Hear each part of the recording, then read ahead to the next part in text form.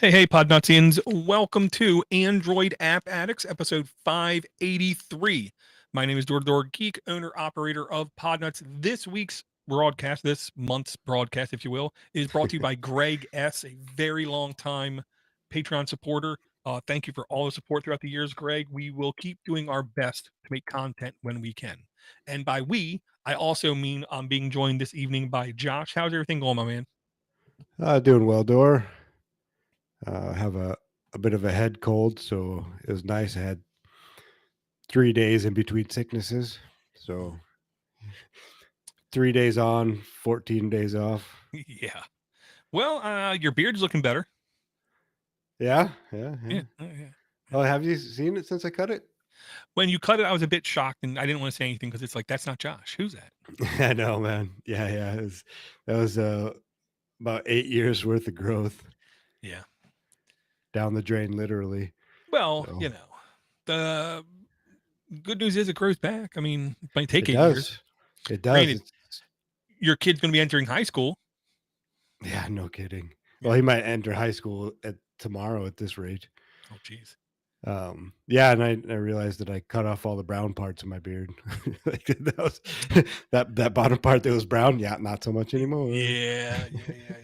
Okay, let's change the subject. I'm getting depressed Yeah, already. yeah. So other than that, just been working, learning more about podcasting. Really, Door, and just Right. trying to and do that. Um, Well, to be honest, between me and you, you're doing it exactly right because it doesn't matter how many questions you ask. It doesn't matter how many people tell you and point their finger because they know everything kind of thing. They know nothing. Because every time somebody starts a podcast, the number of choices and the choices themselves change every single day. So the only way to do it is to do it and learn. yeah, and that's what I've been. That's what I've been trying to do. I mean, it's. I'm sure it's boring as hell for anyone to listen to, but it is sort of just feeling my way through. And now I'm going to try to incorporate a new aspect of the RSS feed every show. Like this last one, I figured out how to do chapters for the show, and then try to do transcripts and all that. But I still have to figure out how to do transcripts from an audio file. Well, I don't think we're going to have it available to us like on our desktops soon, is what I'm going to say. Hopefully, it's less than 2 years to when we can literally anybody can use their own software to do it. They don't have to rely on some outsourcing thing where you got to pay a monthly service or any kind of Google thing. But I think it's coming, it's just not yet. And I will say, I did notice in Podcast Addict when I went through the settings, one of the settings was to show transcripts. And they show, yeah, and with chapters as well, you can do the chapters and set images with it. Right. So if somebody's watching the podcast, it'll show whatever image that you want for that chapter. And don't get me wrong, I really do think chapters, sorry for the tangent, people, but hey, um, I do think chapters and stuff are great, can be a great asset to deliver content in a different way. Is what I say. But every time I look at it, that looks like a lot of work. Yeah, I did it, and I mean, it was it came out to about 16 minutes of show, and it took a bit of time, but that was also the first time, so I think I'll be able to put some systems in place to Right. do it a bit And easier. see, I can believe that there could be a semi-automatable way to do it. The problem becomes when you're like me and you edit audio, you're literally changing the timeline. Or if you do a truncate silence, you're editing the timeline. And I don't know any tool that would be able to, keep up with those kind of changes. But I do think it will get easier. Well, what I've done, or what I did was, or what I've been doing is truncate silence before I even go through and edit and just clear that out. And then what makes sense is to just mark the locations. I'll just write them down as I'm editing, Right. the timestamp, and then put that into the. But there's got to be, because it's just generating a JSON file, so Right. there's got to be an easier way to just do it. Well, I will say if you're handy in air quotes and you're using a tool like Audacity to do the recording, if you have the Audacity window up while you're recording, you can live bookmark in air quote by hitting Control M. In the past, I found that pretty usable, especially if like I'd be on a podcast, somebody else would make a loud sound. I could Control M, and then I can just type, sound and hit enter, and then I know that's the time it happened in my timeline, so it's going to be around that time in their timeline. But that was the closest I got to actually, documenting times. Well, and it would be good if I actually like planned anything out. That might work, but I like to call it free flow conversation with myself. Mm-hmm. So it's yeah, it that might be a little more difficult. And as far as the transcripts go, and I guess we're just sort of hijacking the whole podcast here, but we're the only ones here. Yeah. Ivor's not here to keep us in line, so everybody blame him. There are some open source. They're not tools, but they're sort of, I guess, transcript engines, if you will, Mhm. that aren't meant for end users. So I may try to build my own transcript app, basically using one of these, Hmm. but Okay. I'm probably not nearly smart enough to do that. Yeah. It's like you said, the first time to do anything is ridiculous. Every time after that's successful. So my goal would then be find someone else who's already done something like it, and then just try to piggyback off their knowledge is what I'd say. It's weird is what I'll say. Um, we're going to touch on Android for a little bit, but first, what I wanted to ask you is, I mean, I know back when this podcast first started, 10 plus years ago, whatever, I don't know. Everybody I knew who had an Android smartphone was literally like enthusiastic about what it can do, what it will be able to do next, how good is the next phone going to be kind of thing. And I don't know too many people is what I'll say these days who are genuinely like enthusiastic about what they can do on their phone because it does seem like we almost hit a plateau of well, every phone can do this. Almost every phone can do that. We don't have, like gimmick phones with 3D cameras on them or anything anymore. So I mean, is there anything that you're like actually looking forward to when it's either on this Android device or a future Android device?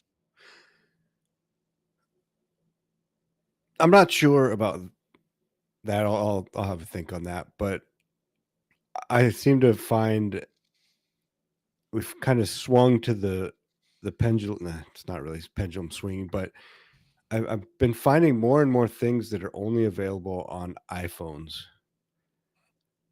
and that seems to be a maybe it's just what I'm looking for. But it seemed like there was a time where it didn't seem like anything was even released for iPhone if it wasn't for it seemed like there's a pretty even spacing between the release for iPhone and release for Android. So it's almost like I mean a lot of things have always been iTunes or iPhone first, I guess, but Yeah. I don't know. Have you noticed that at all? Well, I mean, it seems like Android has always been later in getting a majority of things for its entire lifespan. I do think it's came close to where, we're like a little bit behind instead of being a lot behind kind of thing.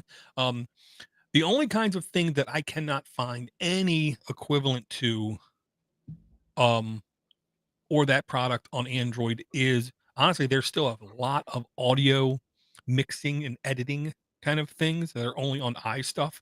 Um, and I believe the most things that you cannot find on Android are not designed for iPhone, but instead they're designed for iPads. And Android tablet uptake is still abysmal. I don't know if it's ever going to get even a fraction of what iPad sales get.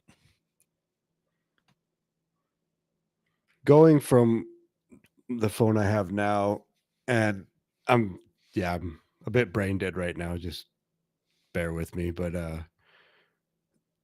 like I'm been having Bluetooth issues as well. So I mean, I guess I look forward to the solving of just randomly disconnecting Bluetooth headphones and more more stable Bluetooth. And maybe that's just my phone. Maybe I've just destroyed it. I don't know. Well, it could be the phones, could be the headphones. You know what I mean? It could be any of those kinds of things. Because dare I say, Bluetooth is still a little like voodoo-y on, like, they can't promise you it's going to work for a certain length. It just happens. You might get 40 feet away and it still works fine. I get 10 feet away with the exact same stuff and it doesn't work as good. Yeah, but I'm talking about having the phone right there and it just drops it. I would either say, if your phone's not overheating, it's your headphones, is what I would guess. Yeah, Well, same well, headphones. well, and because don't forget, Bluetooth and Wi-Fi are typically basically on the exact same chip. If you stream video, does your Wi-Fi randomly fall out? Not that I've noticed. I don't stream a lot of video on my phone. Right. And then So what? The only other kind of thing you could do is you could do like a extensive ping on it and shoot it to a text file or something. But that's the only other thing I could think to do it long term to see if it does drop and come back. or get a new phone. Or get a new phone. Yeah. Oh, speaking of new phone, I'm not getting a new phone right now, but I did mention to you guys in the past, if it turns out that we do get a sponsor on this show, it's going to be a very short-term sponsorship. I don't believe in the product at all. I'm doing it for the money because I realized I have not bought myself a new computer in 14 years. The newest computer I have is a 7-year-old laptop that was a gift Think to me. ThinkPad T420, No, 480. that was the previous one. That one's now Okay. 9 years old, but that is my second newest computer kind of thing. And then I have 2 desktops that were given to me from the Kickstarter Linux for the Rest of Us thing. And that's like my newest stuff is, 8+ years old. So I would really like to have a new computer for once, is what I want to say. Yeah, you deserve it, Door. Well, and like Ted DiBiase says, everyone has their price. A good friend of mine, Steve Turbino, reminded me, and first time I heard from him last week in like 3 years. He's a busy guy. He's now in a punk rock band. Didn't think he was going to say that, but he's in a punk rock band. But he once taught me that when someone comes to you with a proposition that you don't want to do, whether it's doing a laptop barrel jack repair or an ad, you never say no. Never. If you don't want to do it, you simply quote an astronomical price that no person should say yes to. Yeah, exactly. Right. So that's what I did when this company asked me about sponsorship deal. I mentioned the dollar amount that no person with any common sense would have agreed to. And it looks like they're saying yes. So Yeah, and that's the like try to price yourself out of a job. yeah, and I might be able to get a new phone as well, is what I'm thinking. Now there is a quick update I will say about the phone. I was really getting upset with the speed and performance of it. If I didn't know any better, I would have tried to break the phone with my bare hands at a couple times, but I know with the battery inside, if that happens, it's going to explode. So I didn't do that. But a couple Is times it is Hmm? it a Samsung? No. Any of these cell phone batteries punctured or whatever, if air hits them, they just go boom. Um, but I uninstalled, it was Iot Assistant, which is supposed to monitor your surroundings and notify you when your privacy is being accosted by, whether it be surveillance cameras or whatever. And I did notice a couple times I started the phone up, and after it booted and loaded everything up, it would hang for a couple seconds, and then it would come up with a wait force close window, and it said Iot Assistant. So I uninstalled that one last week, and the phone is recognizably better. It's still not snappy, is what I'll say, but it is definitely closer to being normal person usable. I still do think if you give this to a normal person here in 2022, they will not like its snappiness or lack thereof. Do you know of an app that will show you a list of what's draining your resources on your phone? Oh, that should be baked right into the phone. If you go to your about menu kind of thing where it's apps, sounds about, you should have right there listing of a um battery, and then once you click the actual battery itself, you can, on almost every phone I've ever seen, you can see like since the last time you discharged what's using Yeah, battery. for the battery, but what about for like CPU? Oh, I don't know anything that will give you constant readout on CPU, RAM, IO. Part of the reason is because to do that level of monitoring requires processor, RAM, and IO. Right. You know what I mean? So it will be like a live background on crack cocaine. Yeah, I Like, was just thinking I've got an app called Bash Top. I don't know if you've ever. oh, love me some Bash Top, but Yeah, so but that's what I was, but Bash Top is dead. is it? You know that? Oh yeah, it's been discontinued. It was written in Python. It's now been redone in C sharp. I want to say no, C plus plus, and it's called BTOP. Hmm, cool. But But yeah, yeah, that was I was thinking something like that. But then I like launch Bash Top and then look at the resources, and a lot of time Bash Top is on the top. well, and yeah, what I do is I load my Pi up and SSH into my main rig during shows, and I have Bash Top running so I can see if something's getting out of hand.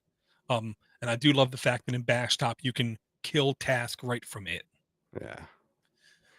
For Yeah, anyone that doesn't know, it's a Linux app, I guess, that just shows your resources and what's using your resources, RAM and yeah. Say resource monitor. It will show you everything from resource. RAM usage, network usage, disk IO usage, processor usage per processor. So if you have 8 processors, you can see them kind of thing. And it's really customizable. The themes are pretty. It's the kind of thing that you could easily see on a screen in a movie about a hacker kind of Yeah. thing. Yeah. And you can customize it too. Hmm. Yeah. So Um, just for people that aren't in the chat room, which is most of the people listening to this, I'm sure, Ivor is in there and isn't willing to join us for this, but he is on fire. So whenever we go live, there's always a YouTube chat on the Android App Addicts channel, and Ivor's in there slinging fire. right. Now I'm going to reverse track a little bit and just say, um, Android, I think, has hit a plateau. That's why I think Samsung and Google are looking at moving away from Android, moving towards Fuchsia to try to give it a like little bit of a bump for like some developers to do stuff. Um, I still am interested in the Kai OS phones. Um, More on that a little bit later. But one phone that at least caught my eye. Now, I'm going to preface this with a couple things up front. Okay. Um, just like the office of the President of the United States, even if you don't like the President of the United States, if you are addressing the person publicly, you still call them the President of the United States. You don't call him Mr. Because that's not appropriate. That's actually really insulting to do. You should at least try to respect the office in air quotes. Okay. Now, with that said, I'm not a huge fan of Elon Musk as a person. Um, I think he's a little bit of a um, you know, not making much sense. I mean, who in the right mind would name their kid what he named his kid? Question, no answer. Someone who's not in their right mind. Yes, thank you.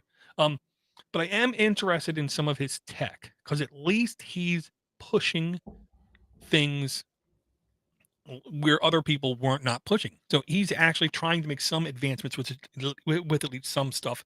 And this was one thing that actually caught my attention, and it actually made me stop and do some little bit of research and a little bit of reading. And the reason I'm looking at this is because what's happening in Ukraine right now. You know, war, invasion, whatever. I don't care what you want to call it. Security, whatever. But I don't know, whatever. The simple fact that um one of the things that Russia tried to do is basically cut off internet access, and Elon Musk sent over a whole bunch of Starlink satellite receiver dish for people to use. Um, at least trying to keep communications going, trying to keep information going back and forth, um, which I think is good.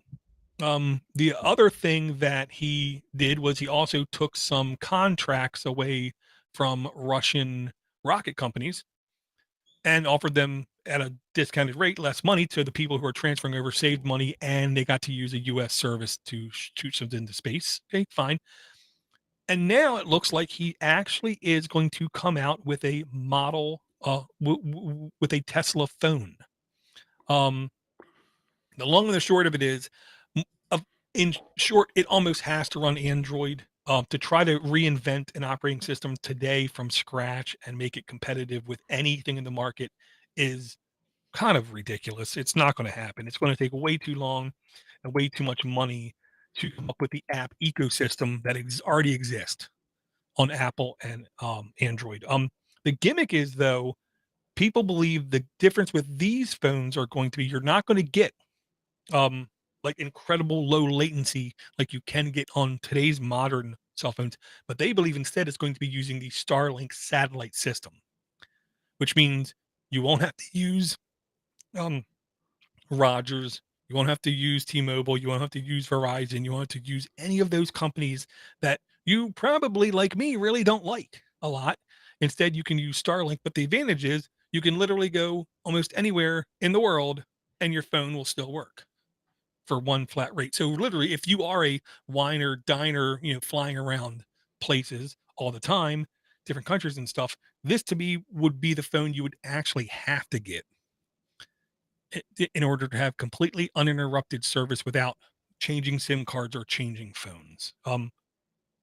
Or it's going to be a colossal flop like the Amazon phone. I don't know. Well, it seems like anything that he touches magically becomes gold. So I can't imagine it being too much of a flop. I mean, you look at this article that you linked to and when I first saw that, because you had linked it in one of our chats before, and I just skipped over the Tesla part, and it said Model Pi phone, and so I I know. thought I thought it was gonna be a Raspberry Pi phone, so I was pretty excited. But yeah, if you look through this article, it's like just I don't know. I don't see this coming out anytime soon, but it has support for Neuralink. It has solar Yeah. charging, um, whatever the Red Planet, sure. And then I mean, it just I don't know how all of that comes out anytime soon. Well, I'll say he keeps saying things that are incredibly ambitious. Number one. Um, I'll say if people don't say what you're trying to do is ridiculous, in some manner, maybe you're not trying hard enough. Number one, but he has kind of said in the past all of the things he's involved in: Starlink, Neuralink, AI, Tesla Bot, SpaceX, Tesla, Boring Company, um, the phone thing. All of that is things that will be needed when the first Martian city is established. So, which kind of makes sense. If you're going to start something new, you can't trust, phone providers. You're going to have your own phone provider. So he's going to have to launch Starlink satellites around Mars, and that would be your internet in air quote access and your phone in air quote access. You can't do gas powered cars on Mars; ain't going to run. So you have battery powered ugly cyber trucks. Um, the Boring Company, the easiest way to shield yourself from cosmic rays and from the radiation from the sun is to dig into the earth. So, hmm, yeah. And doesn't he have, or did he have a company that produced roofing shingles, which were solar panels? Still does, yeah. In the long and short of it, that is his brother owned Solar City. His brother also owns Chipotle. But Huh. his brother sold Solar City to Ellen. I believe it was folded into the Tesla company with the Tesla wall chargers, the Tesla battery packs, the Tesla solar roofs. Um, then they still offer them, but they are incredibly, I'll say this. Matt Farrell, Undecided YouTube, did a really good series on solar power, where it works, how it works, when it can work. And one of the hardest things to do with roofing solar stuff is to be competitive with today's roofing market. Number one. Number two, speed of installation is key. You notice with those guys putting a roof on, man, that's literally like a ballet because their goal is to have everything done in like 2 days or less so they can move on to the next roof and make more money. Um, so, and the right now, the current Tesla roof is definitely takes more than the normal roof to put in, which is an extreme downside. It means less profit per hour, blah, blah, blah, blah, blah. GAF, GAF, I want to say is the company who's the normal, they make the normal shingles of today. They also are coming out with a solar powered roof thing. The gimmick is since they already have relations with all these other companies doing the actual roofing, they're inviting those people to come in for free training on how to do their solar roofs even quicker. So, Oh, nice. and the thing about the solar roof is if you don't need a roof right now, you're not going to replace it with a solar roof. And if you need a roof right now, you need a roof right now. You don't need a roof in 6 months from now. You need a roof right now. So they're going to have to be able to do it in on demand, come out and do it, and they're going to need to do it close to a competitive timeline as current roofing is done, or else they're gonna have a real hard time. The Tesla solar roof, they did make a mistake in air quotes, and after they launched it, they mistakenly equated how much the prices would be, and they changed the bills for some people up to 100% more money. Um, and they pushed back their timeline like 3 months to get the roof. So he then apologized and said, "We will respect the prices that we first quoted." So it's not getting off to a great start. And yes, I happen to know a lot about this kind of stuff. Yeah. Yeah, I think that's the best way to do business though, isn't it? Overpromise and under provide.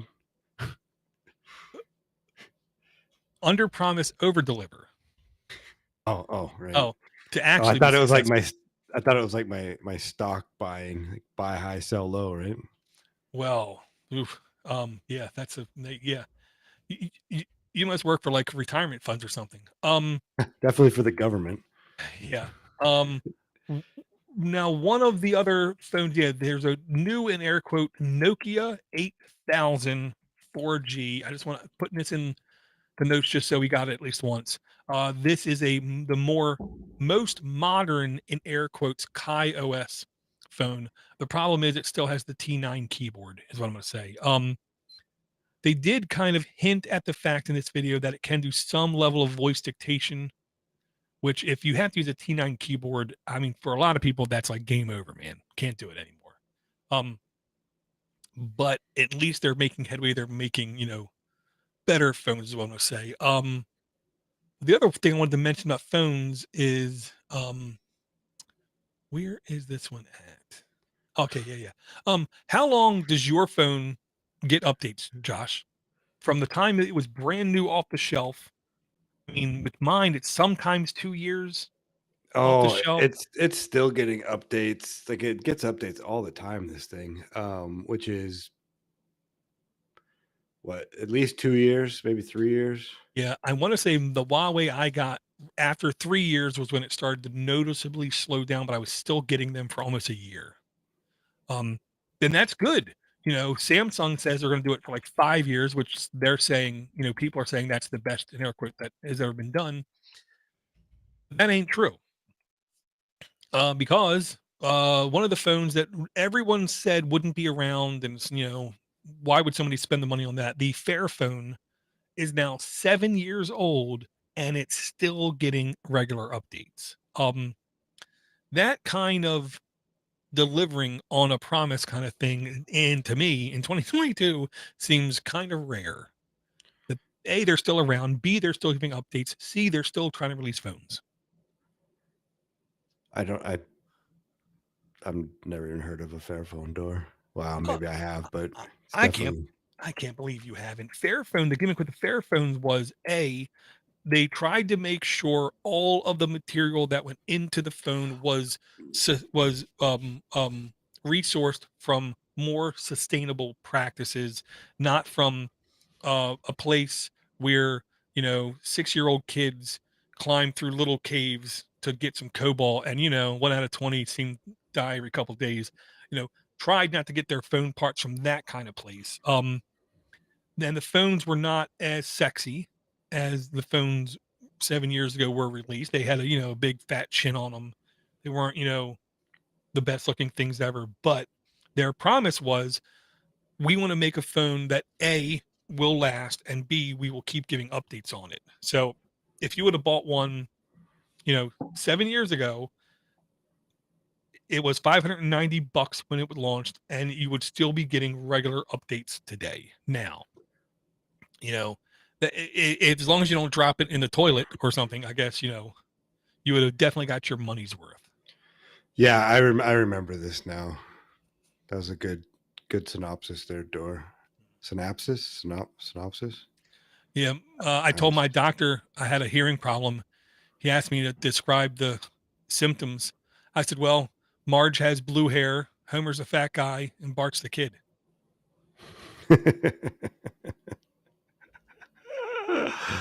That's worth coming out tonight right there, Door. Yeah, I told that to my wife, and she was like, you can stop talking to me now.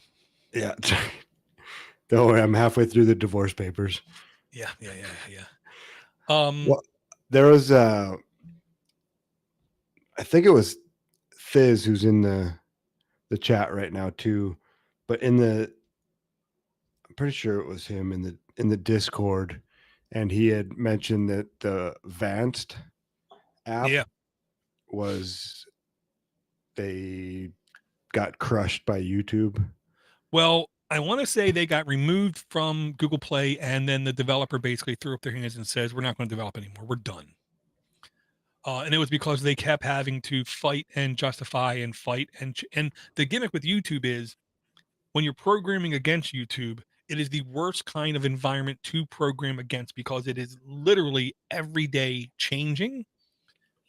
With every video you access, you literally have no idea what is going to be the file format. You have no idea what is going to be the video format. You have no idea what the audio format is going to be. It could always be different, because depending on the length of the video, depending on the quality of the video, depending on the popularity of the video, YouTube prioritizes which codecs to put into it to best use disk-based, to best be traversal over the network, or the one that can be sat on the back server that's only accessed once every 3 years, kind of thing. Yeah, throw it into cold storage.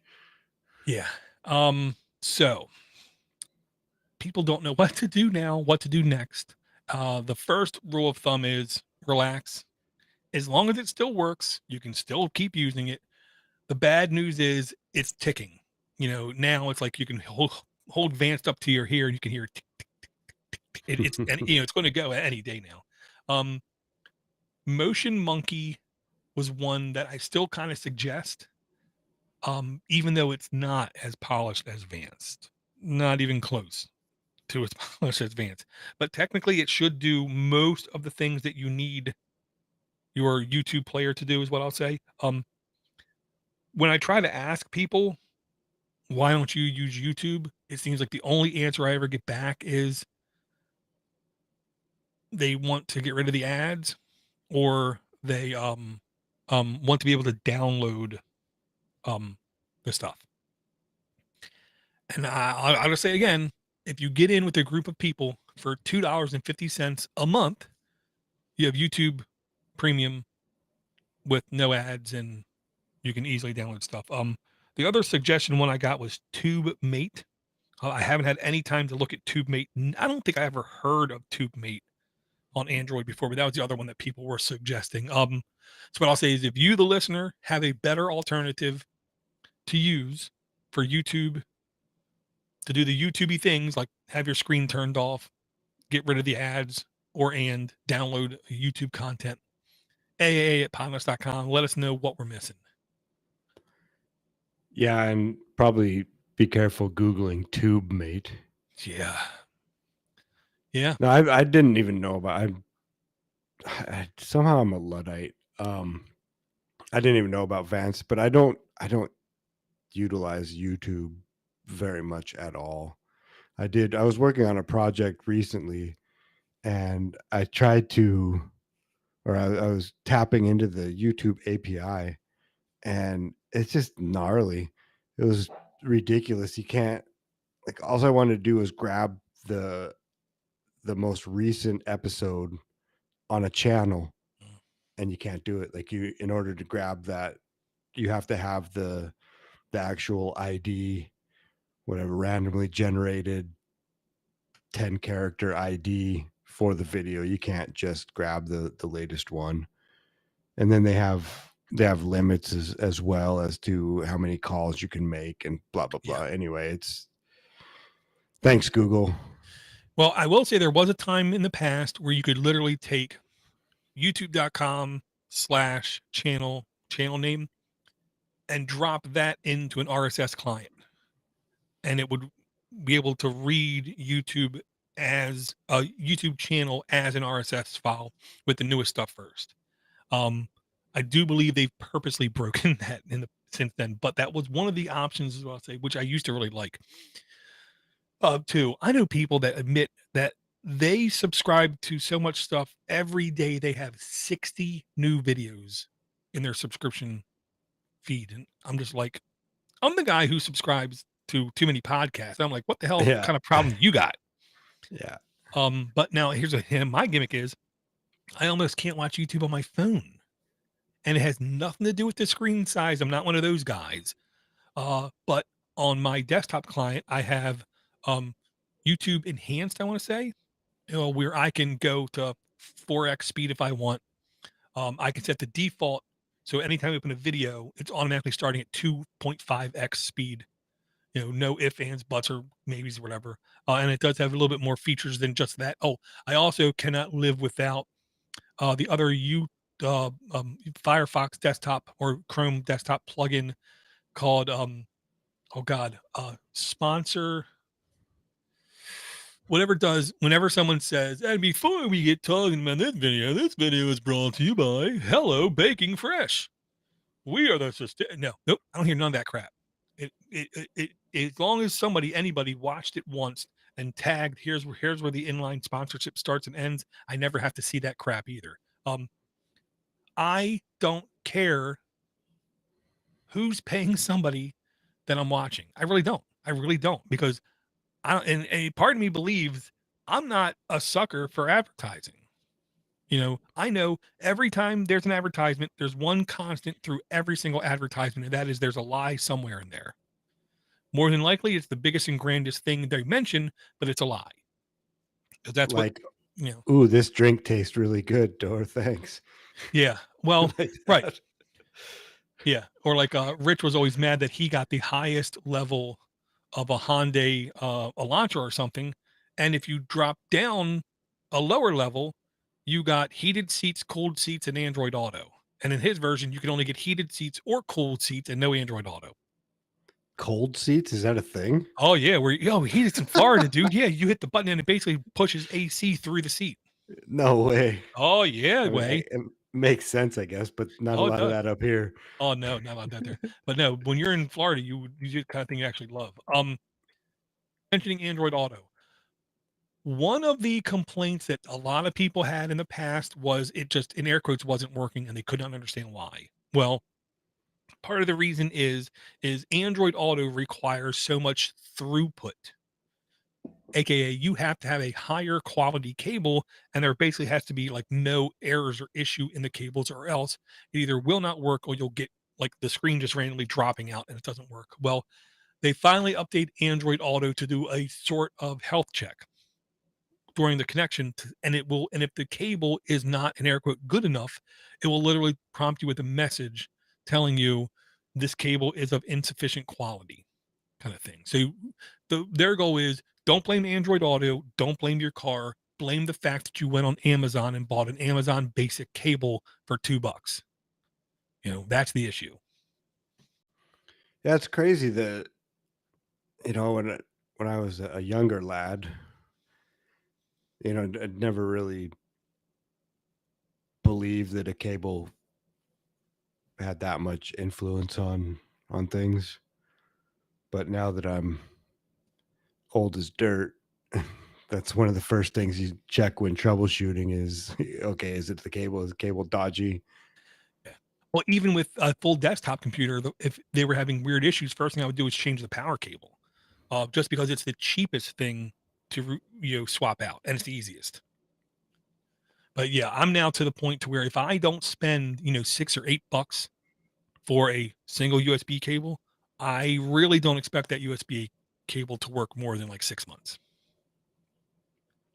Fizz is wanting a link to your desktop YouTube add-on Well, the in the bad show notes. right, I can put it in the show notes because right now I don't have it open.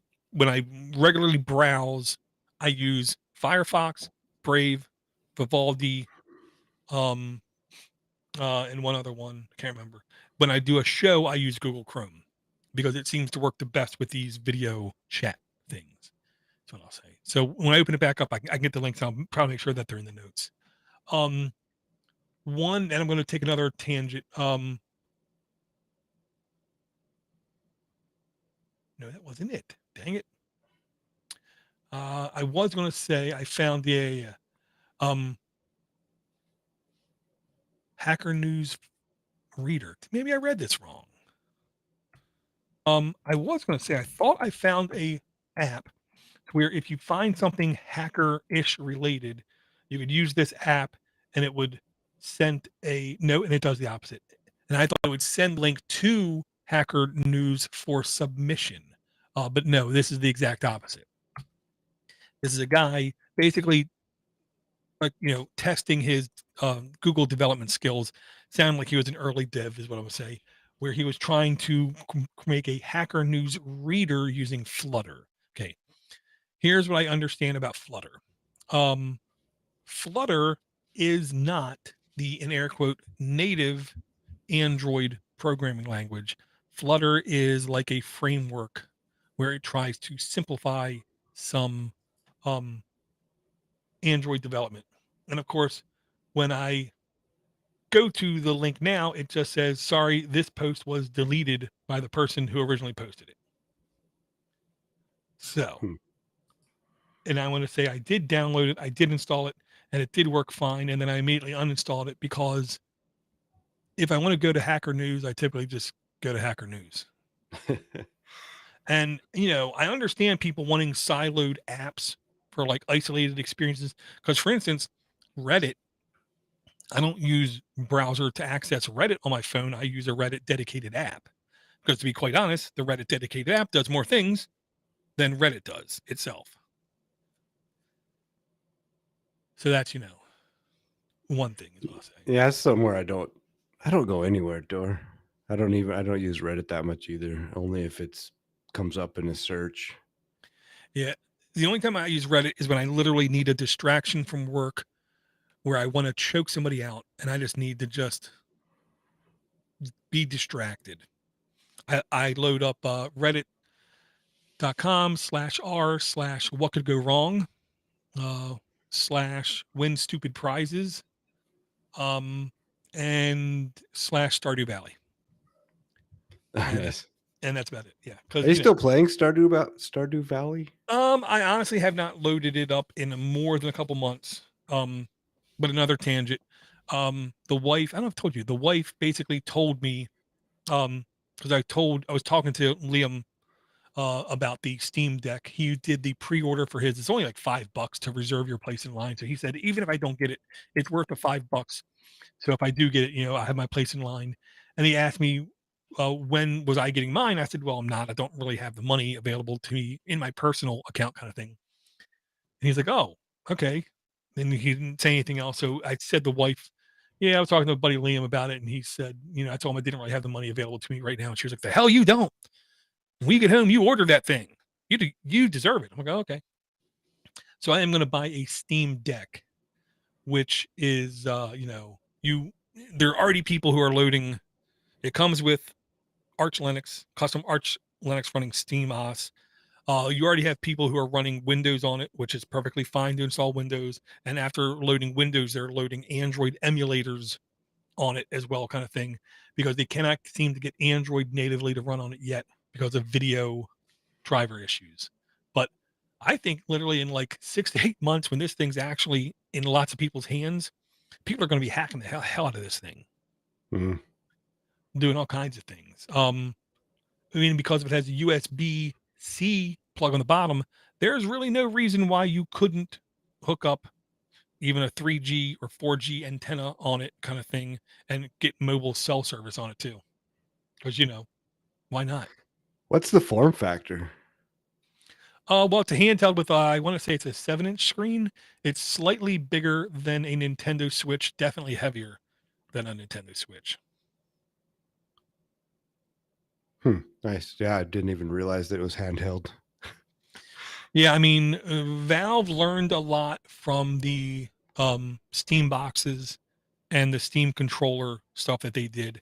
And between you and me, if there is ever going to be a year of the Linux desktop, I think Linus Torvald is going to have to thank Gabe Newell from Valve for it happening. Because, hate to say it, the more games you get running on an operating system and the more accessible it is to everybody to just pick up and play, the more likely they're going to then say, "Why can't I have this on my computer?"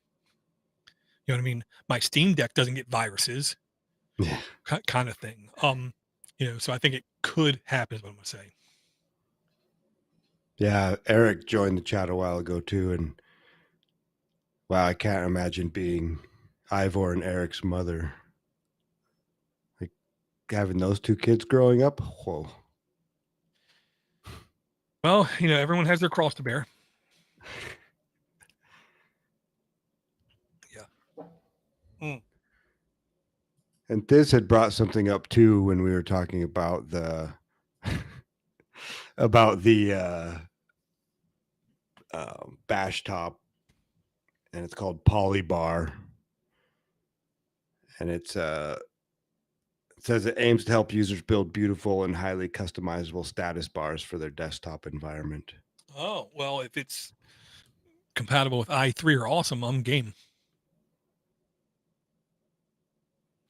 Yeah, and I will say, yeah, the app I use on Android for Reddit is called Relay. The real reason I use it, number one, it remembers my history. So if I click a GIF, watch a guy get hit between the legs, and then I swipe it away, it now marks that as being read. I already read it. I already looked at it. And then there's a red button at the bottom, or anytime I load up Reddit, I just hit that button and it swipes away everything I've already seen. So then I only see new content. Some, of course, people are always double posting and triple posting stuff that was already up there, but I at least am not looking at the exact same posting every time. And the two things I wanted to mention about processors really quick before I guess we get to some apps. MediaTek, everyone says MediaTek, this is the year MediaTek will become the premier ARM processor for phones and tablets. That, of course, is not Apple, which I will say, as a consumer, is almost shocking that Samsung Exynos and Qualcomm, that was like their bread and butter. They were the two big ones for years, is what I thought. MediaTek was the janky, junky low end one. MediaTek has been leapfrogging everybody. Number one, they believe they're going to sell more processors this year than Samsung or Qualcomm.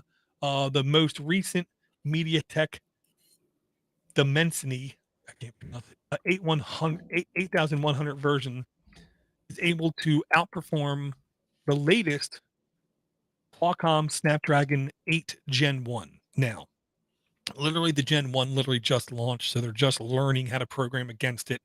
They do expect there being a higher version of that chip in, I want to say now, like 3 or 4 months, which they believe is going to be easier to program against even more. So we're going to see better performance out of that in the future. But for MediaTek to already be beating them in benchmarks, that's not like normal. So as far as we're concerned as end users, we might not know which processors in our phones, but I can tell you the MediaTek licensing fee is less than Qualcomm and less than Snapdragon, aka you buy a more powerful phone next year and it actually might cost you less money just because of licensing fees.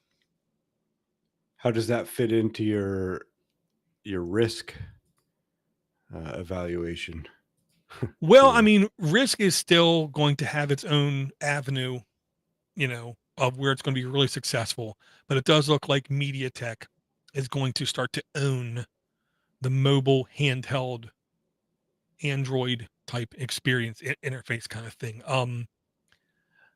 And like Intel is starting to like rent out fabs to do um ARM and RISC processor manufacturing. We have Nvidia announcing that they're doing another leapfrogging here of techs here soon.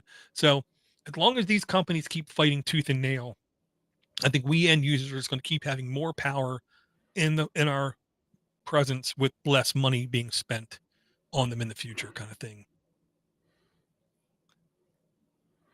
Well, that's good, Dor. We like that.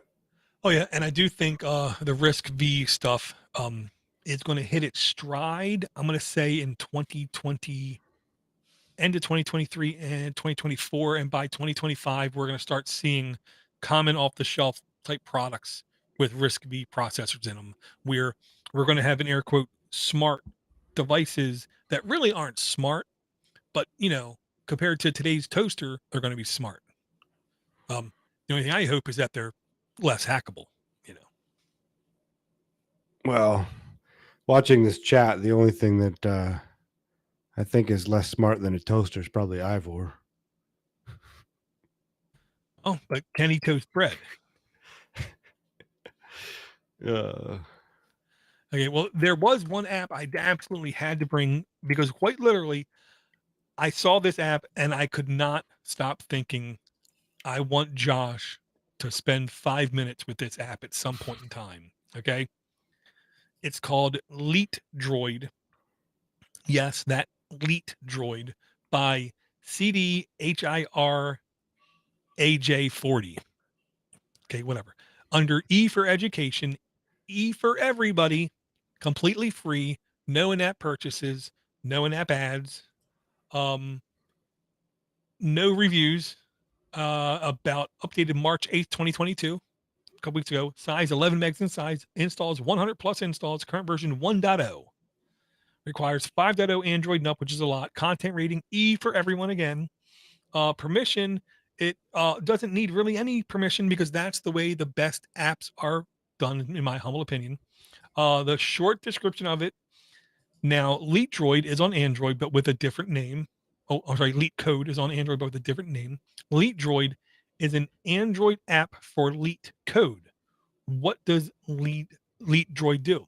The app helps you access Leet Code right on your phone. No need to wait till you open up your computer or laptop to access any feature from Leet Code on Android device anywhere. Okay, so basically, it has more than 1,000 Leet coding, programming, interview questions on algorithms, data structures, data seats, cell, and concurrency. Daily new Leet code challenges are updated every now and then to get when you will get notified. Each Leet code problem has a clean, detailed problem description along with their solution and discussions.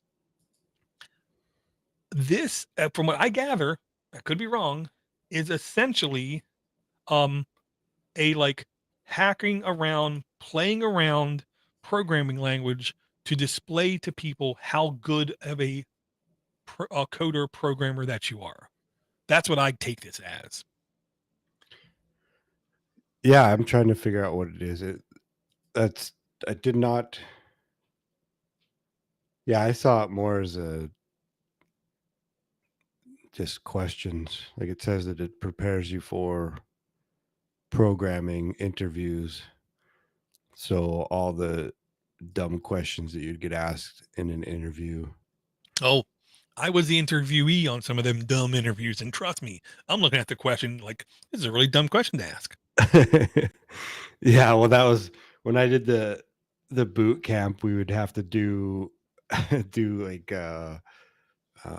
pseudo interviews, Mm, and just I would get up and walk out. I'm like, I don't even know what I'm doing anyway. Like, what? Well, just how would you sort this out? I don't know, man. I'd Google it. Like, what do you want me to say? The same thing I do now, right? Like the same thing that every coder does is Google. yeah, I mean, I have 4 years left till I can retire. When I retire, I literally want to go on at least one interview, just one interview. So if they do ask me, can you perform under pressure? Can really quickly say, nope, I cannot perform under pressure, but I can perform Bohemian Rhapsody. Just to do that, just to do that once, and then walk out of the interview. But yeah, oh man, I'll just put it like this: the best, okay, like you were talking about editing the transcript thing and the chapter thing on RSS file. The first time you do anything, it's always the most difficult thing. That's why I literally encourage anybody who's younger than me, you know what I mean, who actually has job prospects and education and working their way up the ladder kind of thing, no matter what, every 6 months, at least every 6 months, go on an interview. Even if you're perfectly happy at your job, it doesn't matter. Go on an interview every 6 months to keep you primed, to keep you in that mode to where you can remember what it feels like, remember the types of questions, and remember how you answered them, remember how you felt, because you will only get better and better and better at it. Because there is no substitute for a first impression, period. You show up early, you do a good interview, even if you don't know what the hell you're doing, you show up early, you do a good interview, you're gonna have a better chance of getting a job than somebody who actually knows what they're doing, but they're not good at interviews. All right, Dor, kid coming out of high school comes to Oh, you and says, well, no, I won't get in your van. But mm. then you start talking, and he says, what programming language should I learn?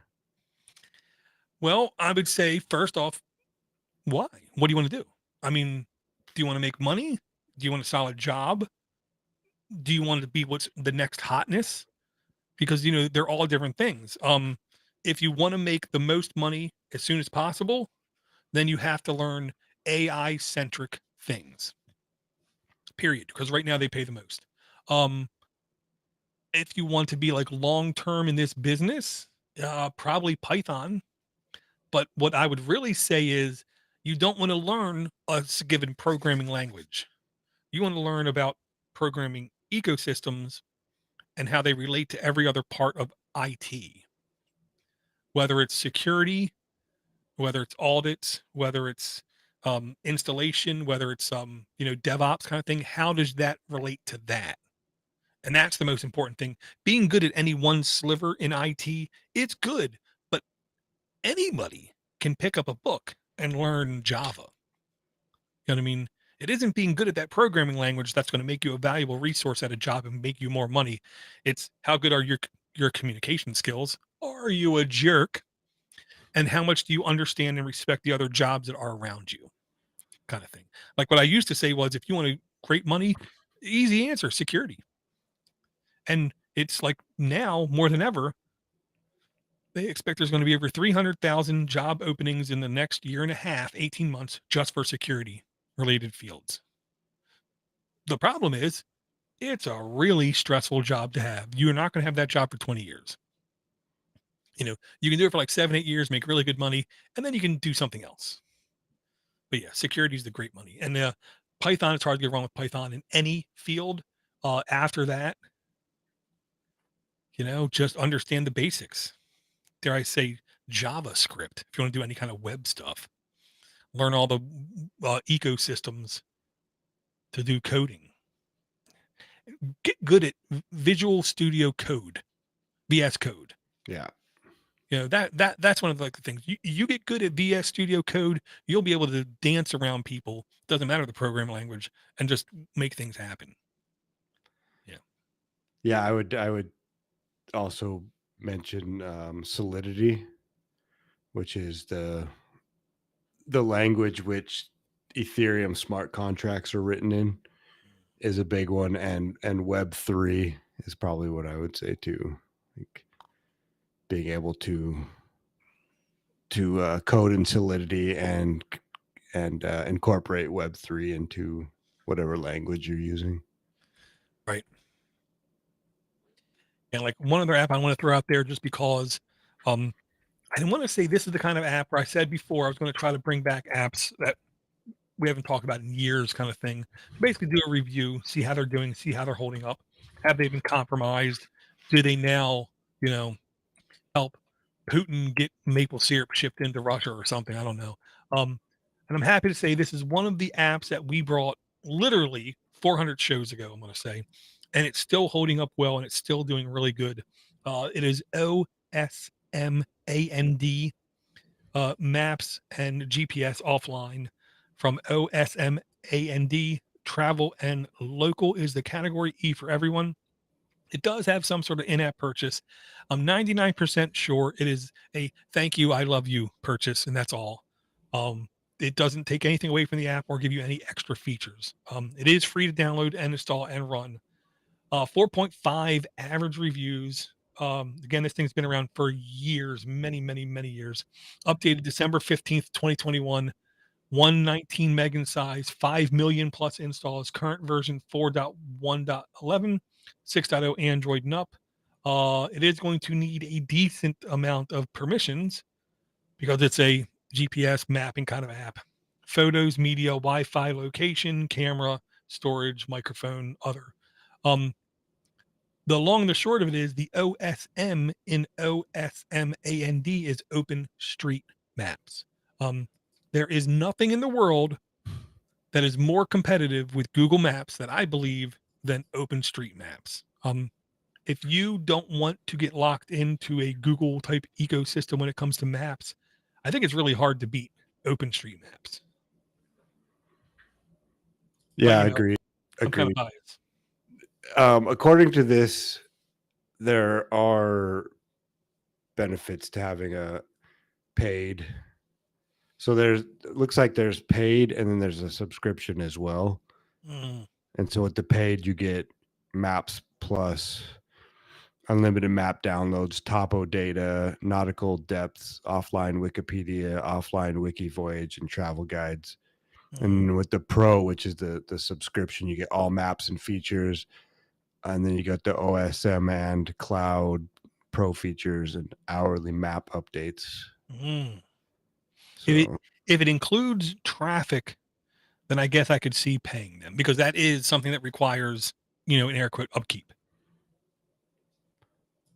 But so would that be hourly? Like, I don't know how I don't know. the traffic works. I don't know. I just know with most traffic things, the more people using that app, the more accurate the traffic stuff is. So can I take just your geolocation data or GPS data and glean from that there's traffic, I wonder? With Google, with Google, they absolutely can be. And the reason I know this for a fact is there was a guy in London, England, who got something like 200 phones, turned them all on at once, put them in a red wheelbarrow, and walked down the busiest street in London, and there was no cars because Google said there must be massive traffic because there's 200 cars remaining near still.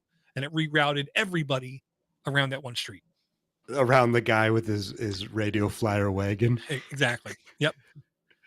Nice. So yeah, they do. And that's the whole thing. Now I think they've learned from that, and they do try to get like multiple touches from multiple things and not just that one piece of data.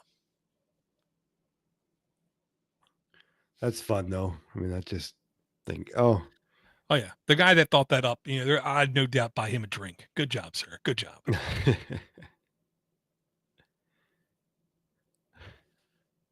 Oh, the chat door is just killing me, man. I know it's too much brain power to read from me. So No, well, it's I yeah, can it's just glance. draining brain power to read. Yeah. Oh man.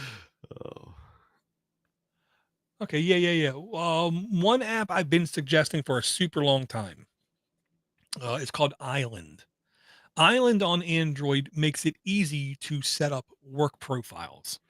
Is it still in beta? I believe it's still in beta. And it still works fine, technically, kind of thing. Because like for instance, is my sister will only use Facebook Messenger. I'm not installing Facebook Messenger on my device and giving it carte blanche to do everything at once. So I load up a work profile with a fake, not a fake, with an email address that I never use since my Hotmail days. Um, and I just load it and I log in with that account and I load up in my work profile Facebook Messenger, so it has no access to my contact and no access to my um, email. It doesn't even have access to my GPS because in the work profile I disabled that kind of thing. But the app was getting a bit long, was getting a bit hard to recommend. It almost became hard to find because one of the incredibly painful parts about the Google Play search algorithm is the more recent your app was updated, the higher it appears in the list. So even if you know the exact name of the app, but it has not been updated in 3 years, you put it in the search engine, you hit enter, you're gonna have to go to page 30 to find the app, which kind of makes no sense. But that's what it is. So this is the other app I found. This is called Shelter, and this is by Paper Airplane Dev Team. It's under Tools. E for everyone, no in-app purchases, no in-app ads, 1,226 installs, 4.2 average reviews, um, updated September 29th, 2020. So it's almost 2 years. 1.8 megs in size, 1,000 plus installs, current version 1.6 Google. Requires 7.0 Android up content rating E for everyone. Permissions, it's going to need a good amount of data permissions because that's what this app kind of does. The good news is this is completely free and open sourced. I do believe this is also available to download on F-Droid if that's your preferred marketplace kind of thing.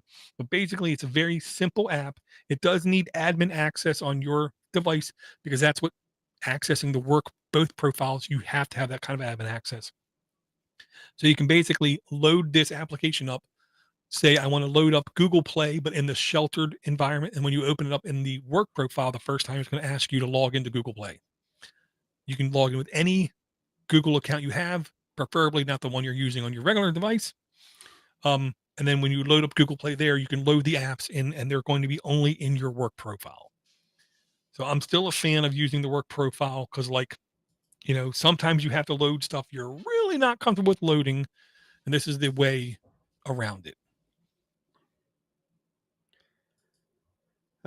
Yeah, interesting. I've had Island on my phone maybe since it was even in alpha.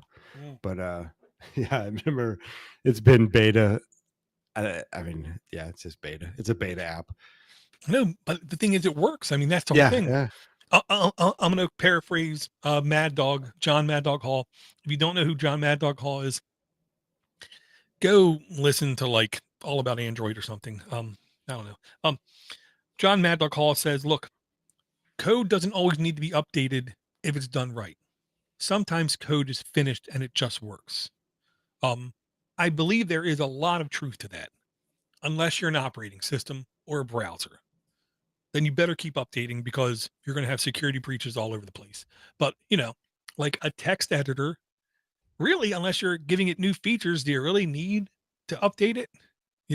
With the work profile thing, you are allowing people to create work profiles and add apps to it. What more features can you offer? I don't know.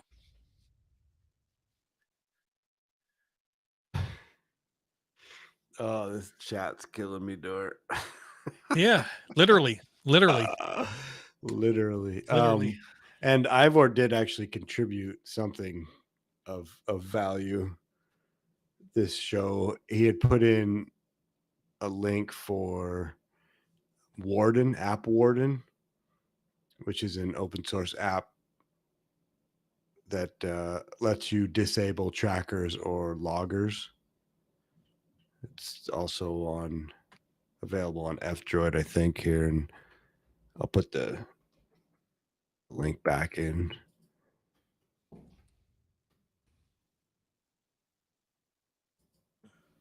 So that might be something interesting to check out. But Ivor also told me that he's not coming on the show because he bought an iPhone and now he's an iPhone guy. So, Well, I will say one other podcast I was listening to, Android Buffet. I would say they're very nice guys. They decided to change their show name after I complained about a year earlier that you're spending 80% of the show talking about home automation and Raspberry Pis, not Android. Their excuse was is there's not enough Android content. Then don't call your show Android Buffet. So they finally renamed their show to Tech Buffet. And one of the hosts did go out and buy $1,000 brand new iPhone, which is like, you really spent $1,000 on a phone? Yeah, you're kind of nuts. Yeah. I mean, it better make me coffee and eggs in the morning. Give me like a discount on my gas, especially yeah, maybe. that's after a good night with it too. Yeah, I mean, it's like ridiculously, yeah, I don't get it.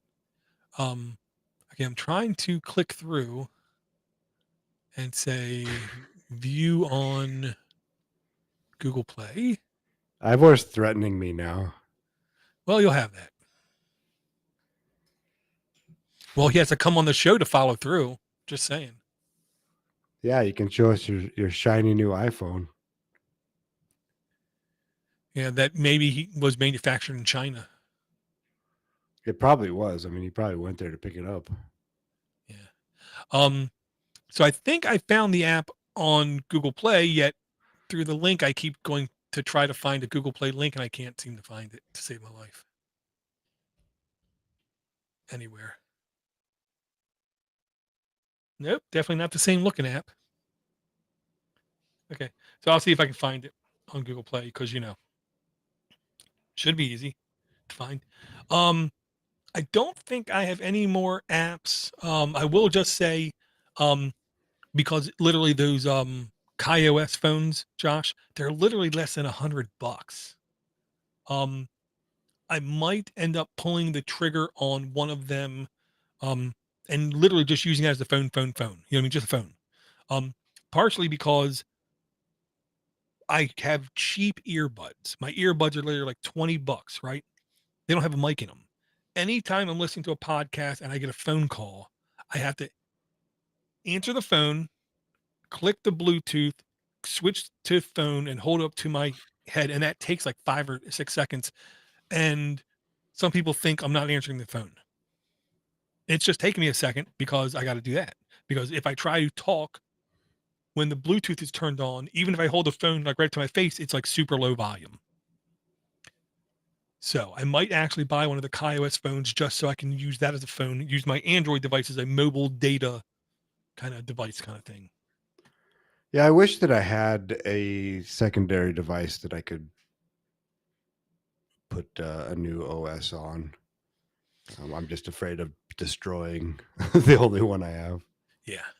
Well, and I do understand because like back in the day, even when you like would ROM a phone, there was always that like, split second of, sweat starting to come in the forehead thinking, is this phone going to work tomorrow? Because it might not. Um, so yeah, I understand people not being completely comfortable with doing it. Wow, I mean, unless you're Ivor with his 1,700 phones. Yeah, then well, it doesn't really matter if you brick a couple.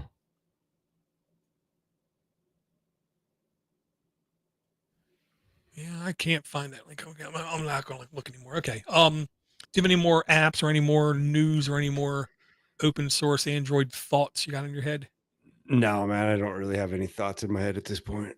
I understand. I'm a government employee. Um, it's good enough for government work. Oh, now the real tangent I wanted to just throw in there at the very end was, um, I want to try to make this the year that Door actually goes places. You know, um, so literally last week, a good friend, super unbelievably nice guy. I have no, I'm like, he's like way too nice of a guy to be my friend, but, he pinged me, Russ Winter, the Techie Geek, formerly of the Techie Geek podcast. Also, one of the original hosts on Linux Basics with me, um, called me up randomly and said, "Hey, Dor, I'm going to be in town. Do you want to meet and hang out?" I said, "Sure, no problem." I was like, "So where do I meet you?" He said, "You meet me at Timonium Fairgrounds." Timonium Fairgrounds are the state, in air quote, fairgrounds where the state fair happens. Their farm festival happens. There's literally like a horse racetrack there too. It's like right outside of Baltimore City kind of thing. I said, "Okay, cool. Why are we meeting there?" And he says, "Because he convinced his wife to let him go to a event." Oh, okay, cool, cool, man. I'll meet you there. Just tell me the time, kind of thing. And I get there and I look at the sign and it's an antique arms show. And I'm thinking to myself, what the hell am I getting into? Antique arms show. And I literally had no idea what I was walking into. Turns out, basically it's like a Linux fest, but the people there are unbelievably educated and fascinated about either old knives, and by old I mean at least 140 years old, if not much more. Um, Swords, knives, handguns, rifles, um, and then sometimes like old like pictures and it's old stuff like that. One guy there um, has a school where once a year he will let people come in and he will show them how to actually make a barrel from a piece of raw iron steel. Hmm. You know what I mean? Here's the proper way to make a stock for like an old flintlock gun kind of thing, and literally show people how to make this kind of stuff. Um, and then when he's done, like the guns that he does in air quote build, you can go out back and you can shoot kind of thing. A lot of reenactors buy their guns kind of thing, and literally they can be like $200,000 a gun. And it's the thing is, it's guns. It's only worth what someone will pay for it. So these people are willing to pay for it. So this guy basically has a career educating people on the art of making classic guns, how they were originally made back in the day, and then showing people how it's done kind of thing. And the thing I learned when I was there, because you got to learn something, was the word Kentucky. There was a long rifle, and then there was Kentucky rifle, but it was Kentucky, not with a Y at the end, but with two E's at the end. And what I didn't know was the word Kentucky originally meant frontiersland, like the land between the civilized world and the wild area. That between land was called the Kentucky. So when you would call, a land Kentucky, it was just the place where the guy was starting to chop down trees to make a house. It's that fringe area. So when you hear a Kentucky long rifle, it has nothing to do with the state of Kentucky. It was a rifle that was made with the intention to be used every day to hunt for your food and defend your house, against bears or whatever kind of thing. So I learned something. Hmm. Yeah, that sounds a lot more exciting than the Antiques Leg Show I went to, which was a Yeah. lot of alabaster skin and varicose veins. Yeah. And I can't remember where my wife, we were at. We were walking by, we were driving by a store and they literally had like a leg lamp from a Christmas story available to Nice. buy in the store. And I literally almost pulled over. I'm not going to lie. Um, but yeah, I mean, look, I don't care if what you're in town for, if you're in the Baltimore area and you want to hang, just let me know. I'll do everything in my power to get away. Um, my wife is now understanding absence does make the heart grow fonder. So I tell her once in a while, just get the hell out of the house. But so she does the same to me kind of thing. I'd learned stuff. I met, incredibly nice people when I was there, and I got to just hang with a guy who had an extreme passion for all that stuff. And we were going through, and he was showing me like these old pocket knives, kind of thing, like really cool pocket knives. And he says, an old pocket knife was a official U.S. Navy pocket knife when you open the knife up and the tip is broken off. I was like, what do you mean broken off? He says, back in the day, when you came on the ship, first thing you had to do was bare your arms, show them all the weapons you have. And then whenever you had a pocket knife on, the first thing the captain would do is take the knife, open it up, stick it in the mast, and break the tip off and hand it back to you. Because U.S. Navy sailors were such drunken slops. They would get into fist fights and try to stab each other all the time. So if there was no tip on the knife, the likelihood of killing someone was much less. Go figure. Yeah. So I learned two things that day. Yeah. But I digress. Had a great time. Russ, unbelievable sweet guy. Ready for the other random thing? And sorry for the double entendre, but it really is a small world after all. I'm sitting there with lunch with Russ, and he asked me if I have any plans this year, and I said, "Yeah, actually, I do. The wife has a trip booked for Disney." He said, "Oh, really? Really? When are you going?" I said, "I want to say it's the late May, like the third week in May." And his eyes got huge. He says, "No, you're not." I said, "Yeah, I'm going late May, kind of thing." And I opened up the Disney app and I showed him, "Yeah, we're going from the 14th to the 21st." No, the 14th to the 21st. He's going to Disney from the 13th to the 21st. Hmm. So yeah, he's going down to Disney. I haven't seen this guy in like 5 years. I see him, I hang with him, and I come to find out we're both going to be in Disney during the exact same week. And it is a small world after all. But I'm not getting on It's a Small World because it's the most annoying ride that's ever been made. Yeah, I've been to Disneyland once, and that was as a young adult, and yeah. Well, it's perfect for 8 to 14 years old or 40-year-olds because the food is fantastic. It doesn't have any crazy, insane rides, and it has just enough like young kid stuff to keep them busy too. Yeah. So yeah, but the wife did admit after my youngest is 13, she says when we get rid of all the kids, she is going to want to do more world traveling in air quotes. Yeah, we'll get up to Vancouver Island. Well, and I did ship you the stuff today, and the lady at the post office was like, "Yeah, I don't think that zip code's right." I said, "Well, technically it's not a zip code, it's a Canada thing." She says, "Oh," and she just rolled her eyes. Canada. Yep. Yeah, the postal codes they're called up here. Yeah. With letters and numbers, and she was like, "Is that a O or a 0?" I said, "I don't think it matters." It doesn't not if you're writing it. It doesn't really matter at all. Mhm. Yeah. Right. So she just shrugged her shoulder and typed it in. But I have learned that there is there is a pattern though, as far as that goes. That there's 6 characters, and it's letter, number, letter, number, letter. No. Yeah, number. Yeah. Yeah. So the first 3 will be a letter, a number, a letter, and then the last 3 will be a number, a letter, a number. Makes perfect sense. Oh, of course it does. Just like everything else in Canada.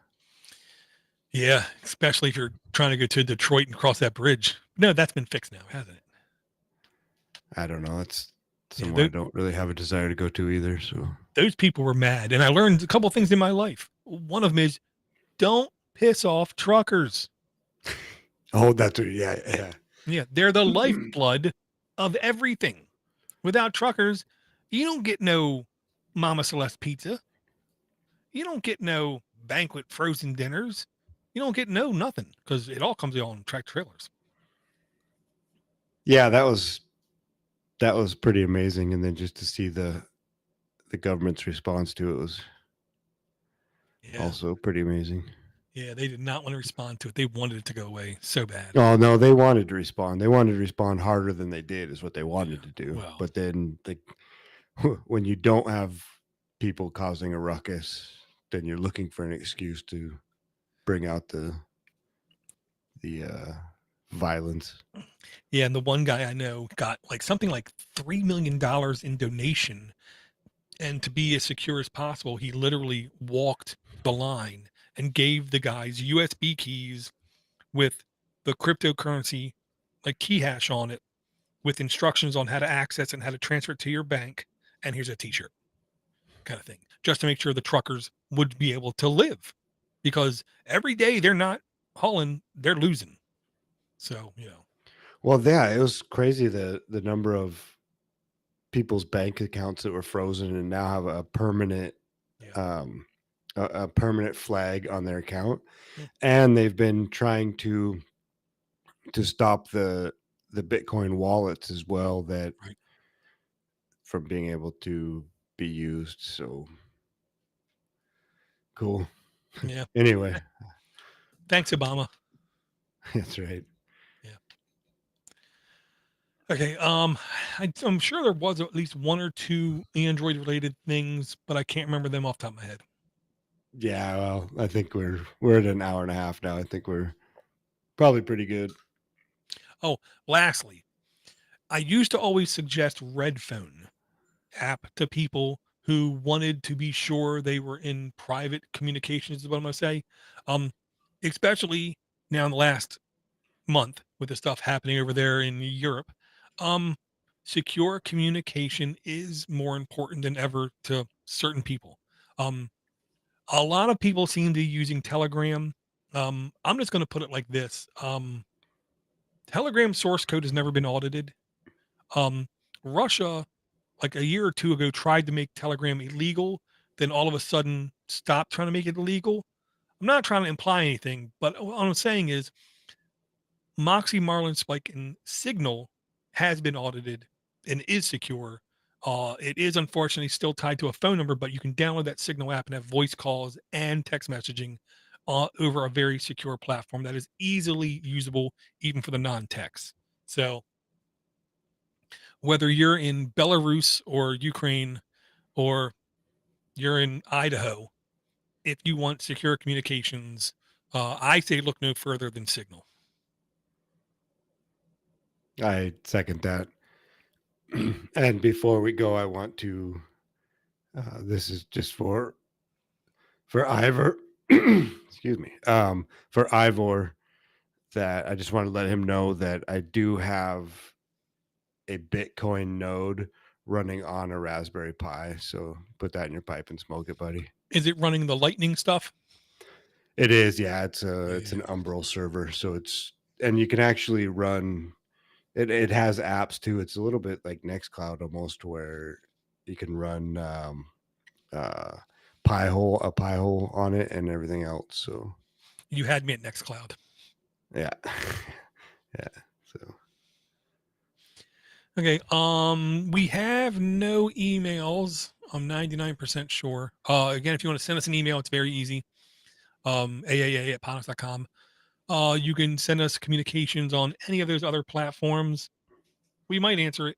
You can also try to send us a voicemail at 7076 Podnut, or just attach a voice file, WAV file, or anything to a email and send to aa@podnutz.com.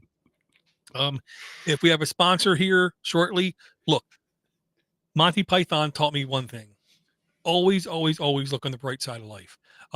The bright news is if we do get a sponsor on this show, I basically have no choice but to put out a show every week for at least like 2 months. So at least we'll get some constant content out of it. yeah, and Eric and Ivor are both convinced that the sponsor is Booty Sweat. I will not confirm nor deny. I will just say stay tuned to see who it is. I want to thank everyone for coming out in the live chat. The live chat's been moving far, far too fast for me to keep up with. So thank you, Eric. Thank you, Ivor. Thank you, Red. Thank you, Thiz. Thank you, Charles. Swift is in there. Swift. Swift is a really good guy too. I got to hang with him. So yeah, thanks for everyone for coming out. Josh, you have any last words? Well, I would Not last words. That sounds yeah, almost right. morbid. Parting words. Tell my kid I love him. Yeah, I'd say that first of all, I would consider myself lucky if I wouldn't have read all of this chat. I wish it would have been too fast for me to keep up with two door. And yeah, that'd be nice if we could get a set schedule again. But obviously, that's as soon as we're making the big bucks, then that's something that we can promise. But we do like all the feedback and come out because it'd be nice to have a few other comments from people that are actually insane in the chat. So Mm. Gotcha. So again, thanks for everyone coming out. Josh, always good to hang with you, my man. And do not forget, the best way to support this podcast is share the feed with somebody, share an episode with somebody, and quite literally, just every once in a while, send any podcast you listen to an email just to remind them that you're there and you're listening. With that, I'll just say thanks again for everyone coming out, and I will talk to everyone again real soon. Stop. I tell you, Dor, I had the gain up.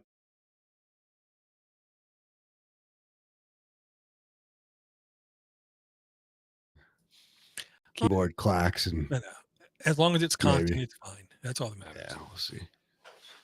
Trust me, I've been doing this a while, man. Yeah. Wow. Yeah, That was something else there. the worst thing you can have is the audio, the level going like that, like a roller coaster. Then it becomes a tumor. Nah, it was just Tumor. clickety clack. It's not a tumor. Hi.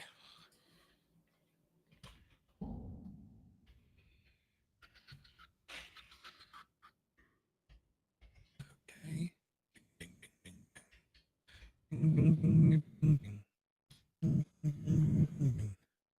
I really do want to go on a job interview just so I can say that.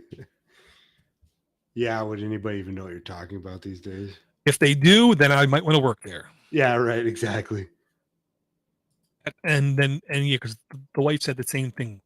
Most people don't know what you're talking about. I said, well, then I don't want to work there.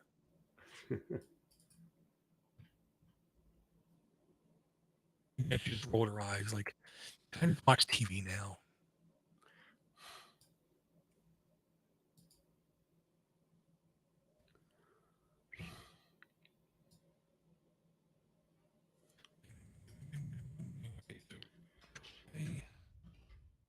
File, export, log. Yeah. That's one of the gimmicks, Josh. I use the Q Tractor software. I think of it almost as an like arrangement thing. Imagine if you have to always submit a report to work every week. You have your header, you have your footer, you have some things that always stay the same. You just copy paste in the one part in the middle. That's what I use like Q Tractor for. It already has the intros, the outros, has all the EQ, the leveling, the pitch adjustment kind of thing, the volume adjustment kind of thing. So every week I can just drop in our files. I do just like a level check really quick, and then I just bring the end to where the end is and just export kind of thing. And it does export in multiple formats, but because it's one of those hardcore open source things, it will not export to MP3 without extreme like overkill work. Well, so it's like a layout basically where that's the way in Svelte there's I guess in any of the frameworks like that you can you make a layout file which has your header and your footer, and then you just pop in the middle part, Right. and that's available on every page. And like one of the pluses to using it, I'll say, is it's a non-destructive editor, which means every time you make a change to anything, it's instantaneous. Where like Audacity, anytime you do anything, it depends on how much you're changing. If you're changing the entire file, a level or something, you click the button and then a progress meter goes across. Right. Yeah. I gotta go to the bathroom. I'll be right back. I don't know. Gotta use the little boy's room.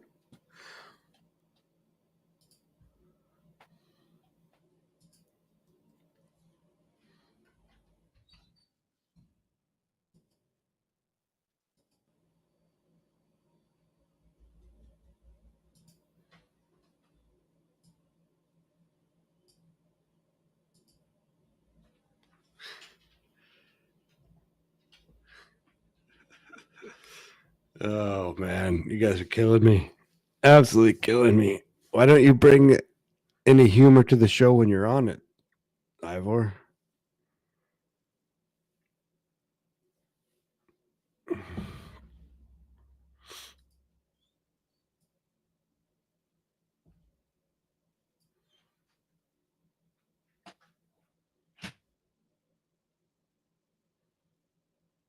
Yeah, this absolutely. Like, that's full troll mode. Plus, he had his other computer logged in under his pseudonym Eric, so bantering back and forth with himself. Hey, Swift.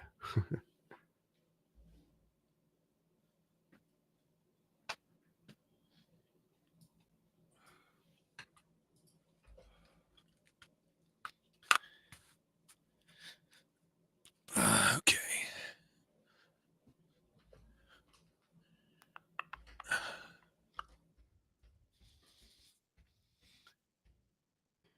So does it help you, Dor, if I do I do the noise reduction, but do the compression as well? If Honestly, well, I'll say this: I've not. What compression do you do the just a compressor with what in settings? in Audacity, the ones that you told me before. Okay. Let's see, I'll look them out here. Threshold -18, noise floor -40, Yeah. ratio 2 to 1, Yep. attack time 1 second. Yep. Yeah. The good thing about that is if if you do it and I do it, it isn't going to hurt anything.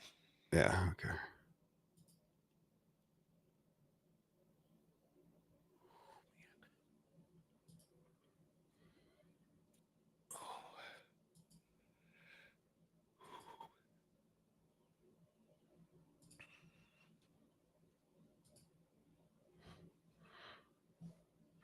Yeah, and I told Russ about my surgery on my arm.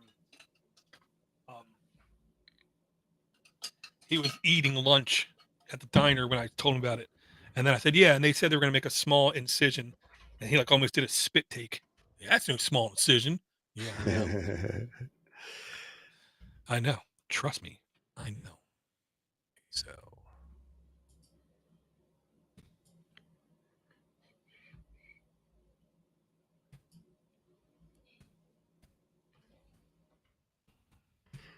Yeah, and then with Audacity, do you have to map out your own shortcuts, or are there shortcuts for? with Q Tractor, No, with Audacity, like, it's like no, even the noise reduction or anything like that. no. I mean, I basically have everything down to muscle memory. Alt Right. C enter. You know. Okay, because it usually, if you like, I don't see that they show, like, it doesn't just intuitively show you what the shortcut is when you click. Like usually it'll say control whatever.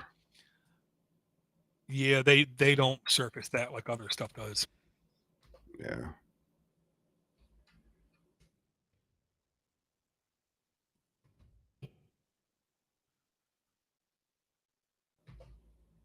I don't think.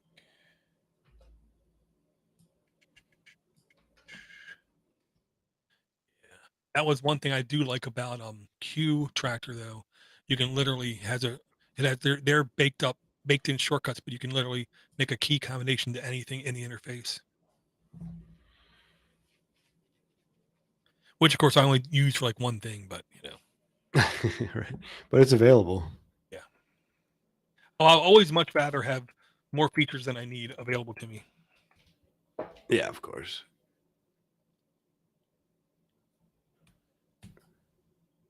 Oh, so Red's allowed to talk to about Raspberry Pi, and I'm not, Ivor?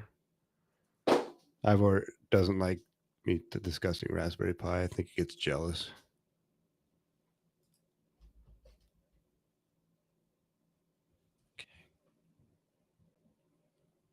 He's diabetic and he's afraid of pie. I think so. All right. I don't think I'm going to do much more with this. I am fading quick here. I understand. Yeah, part of me really wants to just call out tomorrow. Yeah, come over. We'll play hooky. Yeah. Well, I'm stupid is what I'll say. For years, I was able to do what I do because no one wanted to be around me at work, kind of thing. Um, but now we have a new vendor in, new product in, blah blah blah blah blah, and I'm hell bent on us not needing as many of the vendors people around. So I've been literally like actively just trying to learn as much as I possibly can about everything. And what I've been doing now is at least 2 or 3 times a week holding like an open session thing where I just go through the ticket. Here's what the ticket said. Here was how I reproduced it. Here was how I did discovery. Here is how I made my change. Here is how I tested my change. Here is how I published my change. Here is how I had the end users test it, kind of thing. And I've had people who openly in the past said, I never want to be in the same room with Steve McLaughlin. He's a jerk. Say in front of other people, thank you. You really helped me a lot. You're really doing good work. Are you going to do this again? And then go into meetings and say how helpful I was, to which I'm like, shut up. Yeah, right. You don't tell executives that. Well, you got to be a jerk. Exactly. Executives still think everyone hates me. Let's leave it that way. Because when I'm hated, I'm not invited to as many meetings. And that's like, liquid gold right there. Less meetings. So now that I've batch top open, I can see I'm only using 38% of my RAM or 36% of my RAM. Let's see what happens when I launch VirtualBox. Because if I go over like 90%, stuff starts to chug.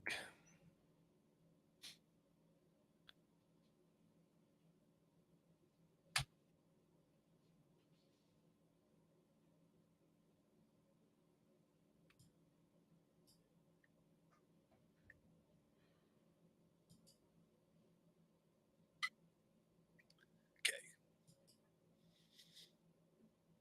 Wow, only 43%. Okay. Oh, yeah.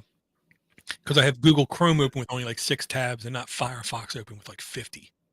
Yeah. Well, that's Brave is always at the top of my list. Yeah. I don't like closing tabs, apparently. I understand all too well. Yeah.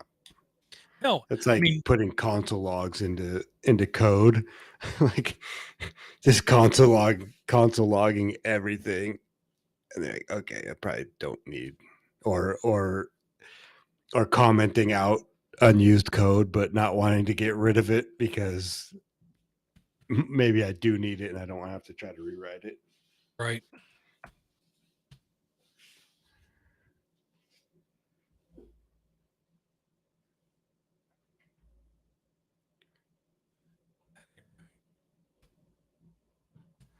Hey, Ivor, could you make yourself useful and put that list together of show titles that you'd put in there?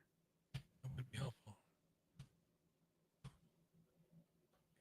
Okay, so do a quick search. Star.pak.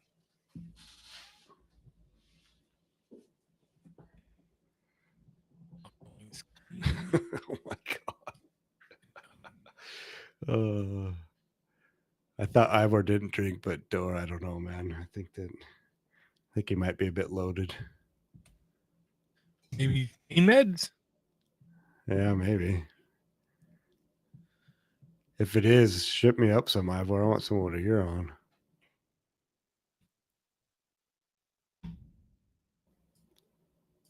Yeah, tabs instead of spaces. Yeah, whenever I bring that up, and people they like, what? Like, you're a developer, right? Yeah. Is it tabs or spaces? And they're like, I don't know. You mean you don't know? What kind of developer are you? I don't even really know. I don't even care. I don't Well, know what, like, I think this is pre me. Like, well, and I think most people literally don't even know what they don't know because they're just hitting it. It's like muscle memory. They just hit it. They don't even know. well, that's the thing with in VS Code, you can set the tabs for spaces. So Yeah, I don't and know, you can like, say if I hit 3 spaces, make it a tab. oh yeah, nice.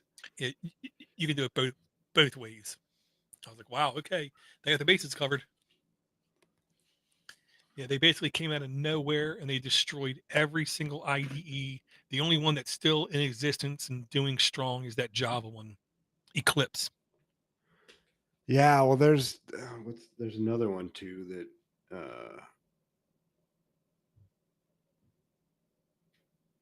what is it? Yeah, It's the probably the second most popular. I just know the Linux weenies still insist on using Genie. Yeah, the Linux weenies are using Vim Oh, VI or and Vim. VI. Yeah. Man, the last time, listen, I loaded up Vim and I used it for like 6 hours. It took me that long to figure out how to quit. Yeah, no shit. That's the thing, isn't it? Like, Mhm. Yeah. what every time, man, got to Google how to quit. Mm-hmm. Yep. Oh, Sublime Text is the other one. Sublime is good. I'm not gonna lie. Sublime is good. Yeah, but it's not VS Code though. No, it ain't. It ain't, but it's one of those things. If you're already in that ecosystem, I think it's hard to get out.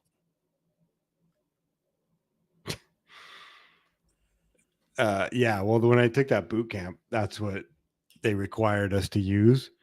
And Mm. then, like, halfway through, I think we all started to realize, like, what are we doing? Like, Mm-hmm.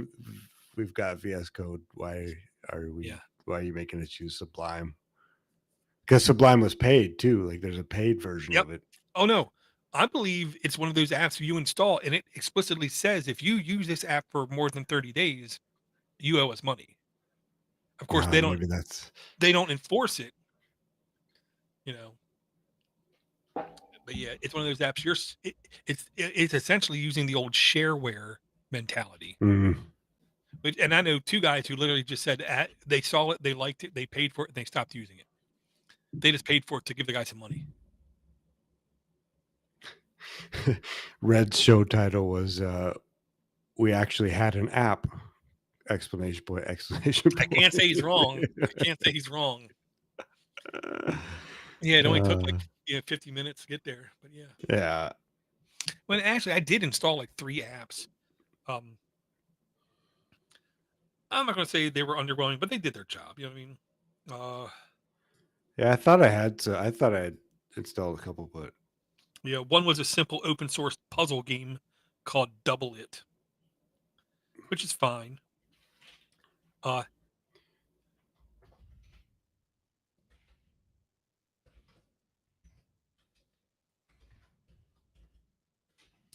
let's see. Oh, I reinstalled IISD detector because my sister-in-law's boyfriend's 2 kids. I want to say they're like 9 and 13. They did not believe me when I told them you can see the International Space Station with your eyes, with yeah, just your yeah. eyes. They're, no way. That's no way. So I installed the app and I said, "Oh, 2 hours from now, 2 hours. Look, you know, we're sitting there. I say it's going to be right about there in 10, 9, 8." And right when I said 1-0, like a half a second later, you saw a little square light up and go across the sky. Oh my God. I was like, see, now if you didn't know and you were looking up there, you might think that's aliens. And they were like, and then the one guy said, I got to download that app and tell my dad, look, there's aliens. I also downloaded Scannerati. literally called Scannerati. It's basically a open source PDF, like a document scanner. You know what I mean? You scan the document and it does OCR, and it works surprisingly well.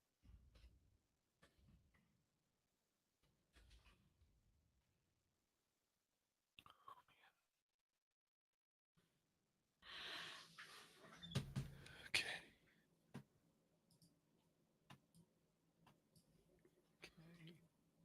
Got your file. Pasting.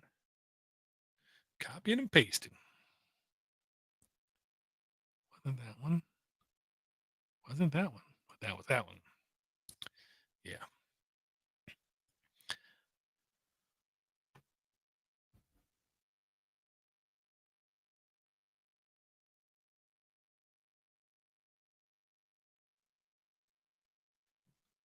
Huh. I will say I do like how this screen share works. I'm not gonna lie. In Video Studio used to be OBS Ninja.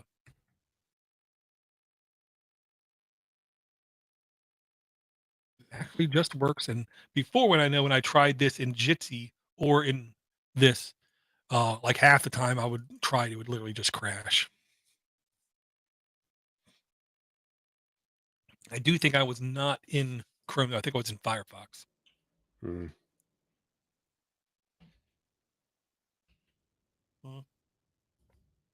Yeah, so I do have your latest episode downloaded. Haven't had a chance to listen yet. Cause yeah, the bad thing is if I spend 4 hours a day in those open session meeting at works, that means there's 4 hours I can't listen to a podcast. Mm. Just did a intro to Door that I'm gonna. Okay.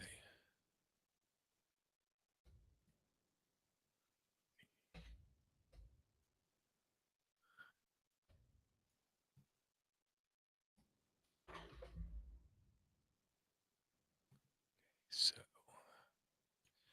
see noise removal, get noise profile, noise removal. Done.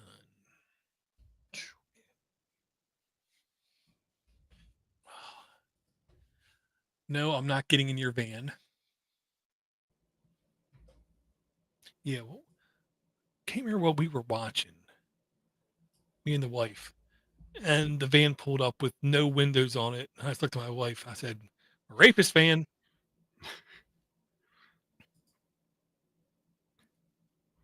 She's like, "What?"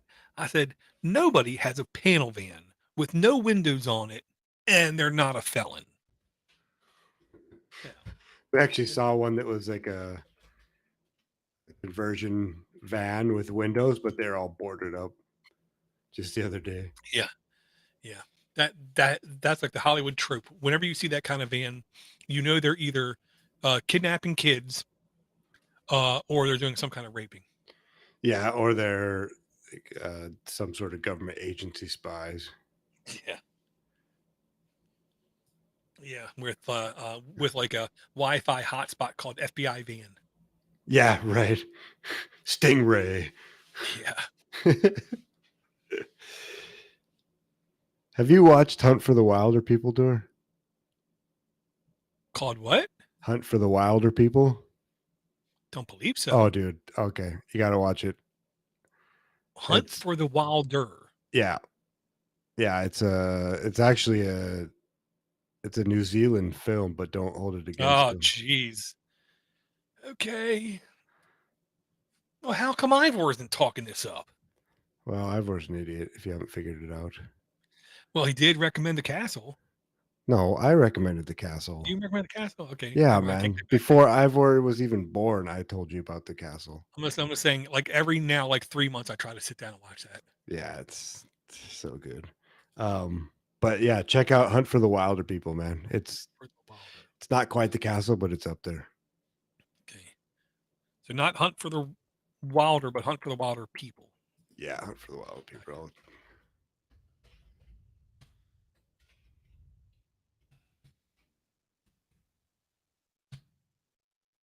Okay. Just uploaded the intro, should be there. Yeah, and I'll tell you one thing, Josh. Compression takes the lowest lows and the highest highs, and it tries to find middle ground between the two. You know what I mean? Yeah. Um, though to get the in air quote best compression possible, you want to make sure that there's as little static hissing or little noise like that. You know what I mean? Because if there's a constant little noise in the background, then it's not going to be able to compress as much. I'll use numbers. If when you talk, it's between 20 and 50, right? And you run compression, well, it's going to push everything to be around 35 because it's near the middle. But if you're talking is 20 to 50, but then there's always a background 5 in the background, it's going to then at the best be able to like push it to like 20 or 25, which means it's not going to really do that much adjustment to your voice. Mm. So like with compression, it's like one of those law of averages kind of thing.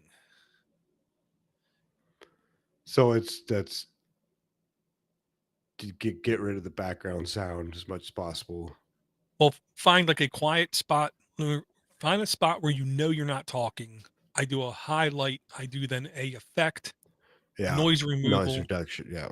which is the bad thing is it is a time consuming thing. But it also, like, sometimes I've done it and it actually pulls out other Yeah. sounds that are part of a word that might sound the same as Yeah. that. Oh yeah, it's like the EQ tone thing. If the hiss is the same tone, like EQ tone as a tone that is in your voice, and then you do the noise removal, it will change how your voice sounds. Yeah, absolutely. And Absolutely. then I think what happened, I tried to do the truncate silence, and but I did it before the compression, Right. and I find even looking at the wave file, like my words start off strong, but I always just trail out at the end, and so it just cut off the ends of Yeah. words. It almost sounds like, I don't want to say you have Tourette's when you have a bad truncate silence, but it's literally like a mechanical thing going on where, yeah, stuff just gets cut. And it's such a cut. I don't think somebody could do it with their own voice when Mm, it's, truncate yeah. silence is done wrong.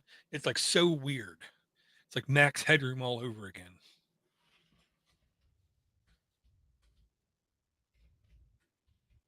Oh, man. Oh, I put a link to that movie, Door. Oh, holy crap! I gotta go. It's all right, already man. 8:30. My God. Oh, so it's a movie. Okay. Yeah, oh, yeah. Yeah. In my old age, I'm much more likely to sit down and watch a movie than a series because series is like 16 hours and really Oh yeah. short. This is a good one, man. This is have you seen What We Do in the Shadows, I think it's called? Doesn't ring a bell. Yeah, it's the same director or writer Gotcha. as that. Um, Yeah, so if I go to my old faithful, Flight of the Concords, he wrote a couple of oh those. it's great. The Concourse is pretty damn funny. Yeah, uh Eagle versus Shark. I don't know about that one. so No, right that's now another one. Same guys. so right now in America, it looks like I can only watch it on Fubo TV with a subscription or Apple TV for $5. Really? It's not on Netflix? Um, I I'm confused. Oh, well, yeah, okay. Just Watch changed their format to where there's promoted Watch Now, and then Ah, beneath it is sweet. normal Watch Now, to where I can watch it on Plex for free, Pluto with ads, Tubi with ads, Roku with ads, Netflix with a subscription. So yeah, Highly recommended. Sure that's legal in America? Oh, wait. Explaining computers. Oh, God, that guy's so annoying. And I say that partially because I'm a little bit jealous, because he is a smart guy. He's a smart guy with explaining computers. It's just every time he says, "Let's take a closer look," it just seems like so fake. I just want to punch him. I know Yeah, I like can't, because if I did, he wouldn't get up. I mean, come on, he's like 80 pounds. I've never seen it, Dor. I really don't Oh, watch. I really don't watch YouTube. I'll just put it like this: he does really interesting deep dives with Raspberry Pis, and he actually builds like a time lapse camera to watch his garden and actually show Mm. you everything he did to get it up and running, kind of thing. It's like, he actually takes the time. It's just he talks with that annoying, and I did learn that there's a whole bunch of different, UK type accents. He's in the poshy Yeah, British sounds accent. sounds like it. Yeah. All right, I got to get going. Thanks, guys, in the chat. You Make sure I got the intro. I got the intro. Cool. I was definitely distracted by the knuckleheads in the chat. I think that was their goal. Some of it not exactly PC. Oh, it was clean enough that YouTube didn't.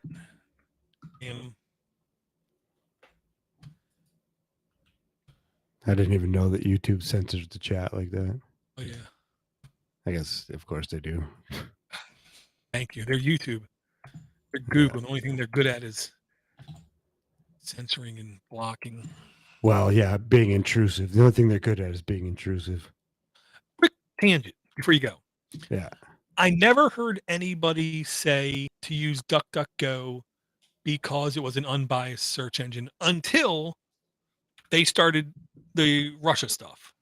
Because I always heard to use DuckDuckGo because of privacy features. They respect your privacy.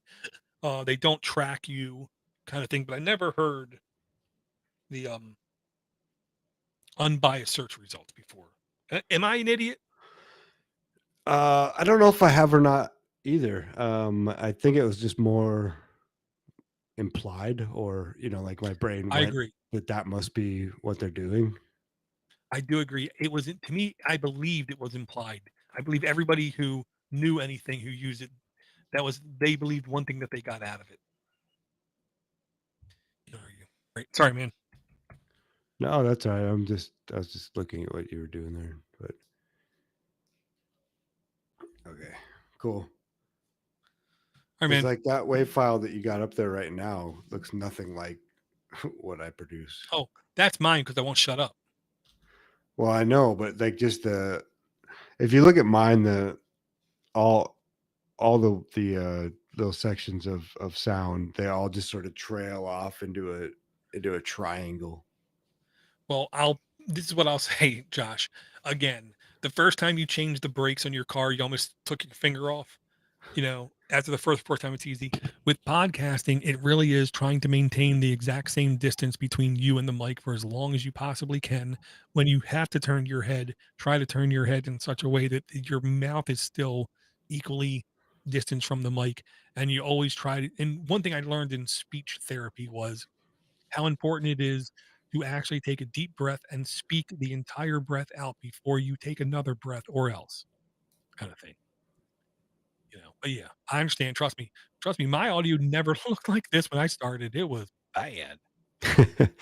Yeah, and I don't know if it's because I do try to focus on distance from the microphone. I think it's just my speech pattern, just the way I talk. Like I don't know if I just swallow the end of my words or what.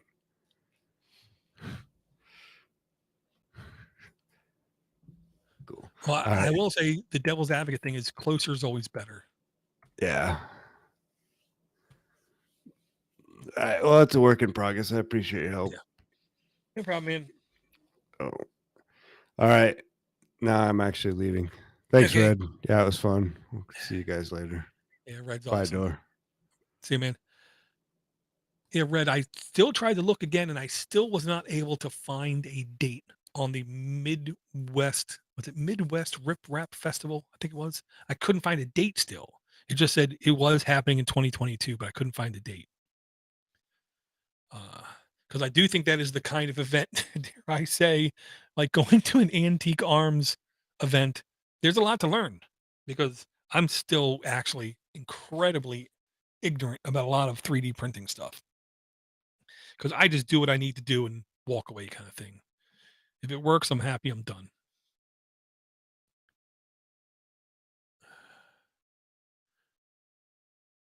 I don't think DuckDuckGo can be based on Yandex, is what I'm gonna say.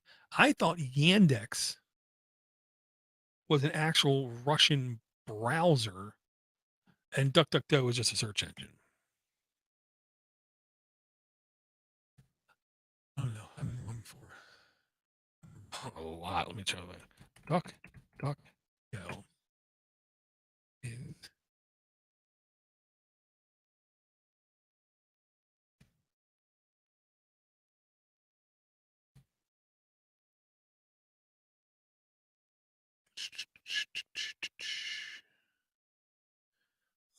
okay.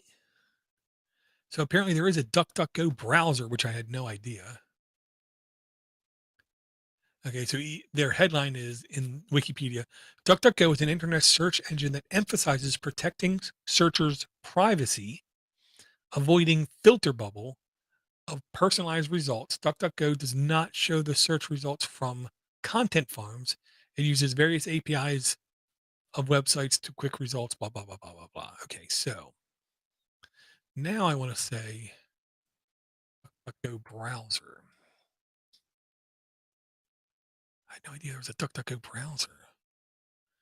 So the DuckDuckGo browser rendering will rely on Edge Chromium for Windows and Safari for Mac OS.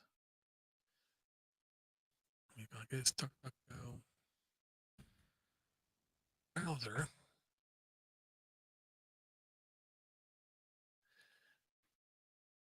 DuckDuckGo results are compliant. Sure.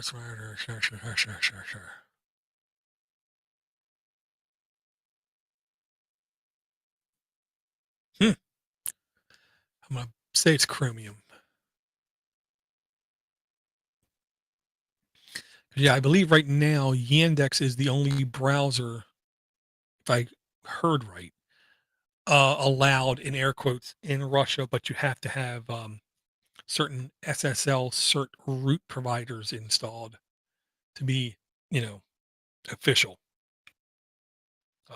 They're really afraid that the world's going to do a DNS black hole and every request coming out of Russia will go nowhere. So it'll be very difficult for them to be connected. So Russia is preemptively trying to get a lot of stuff lined up in a row, is what I'm going to say. Okay, so they're all edited. They're all edited. Q tracker. Handy dandy. Always reliable. Q tracker.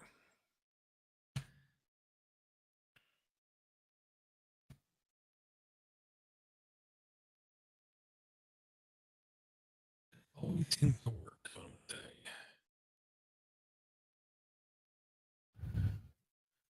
Zoom in. Delete. Add files. Add all three. 1, 2. Come here. Delete. Intro.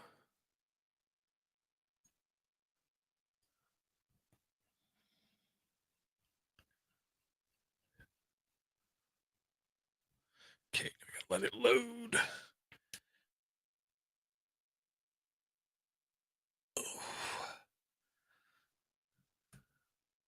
June, I thought I sent you a pic of the post. June. June actually would probably be a good month. I'm not gonna lie, Red.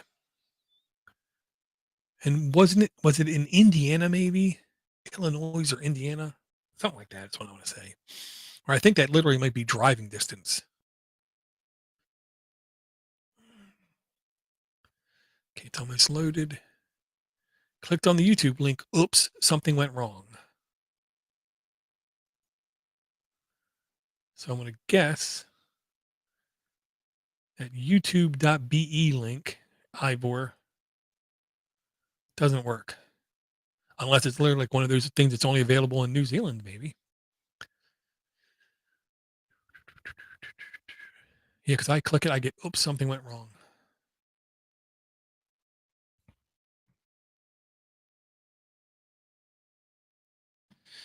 Okay, so now we hit Control A. Push that out. Check the level. Wow, that literally hurt my ear.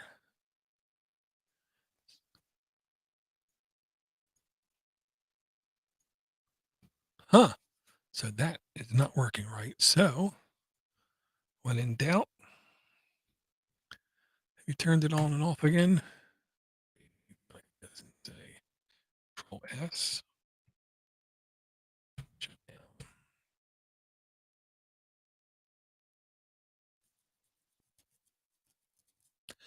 Yeah. I don't like when places broadcast their information literally only on Facebook. I went to their website and it literally hasn't been updated yet. That was weeks and weeks ago. So June 24th in Indiana. I want to say Indiana might be like a 14-hour drive. Not horrible. Let's say. Um, 3. Now.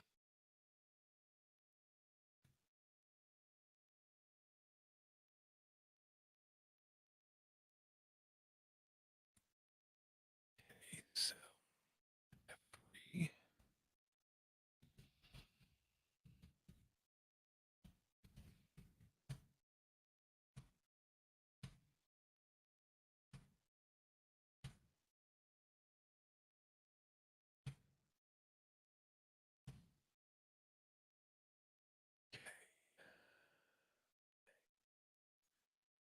Open video.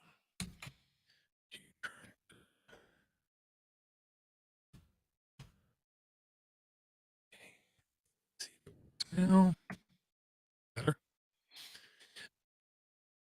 Okay. Okay.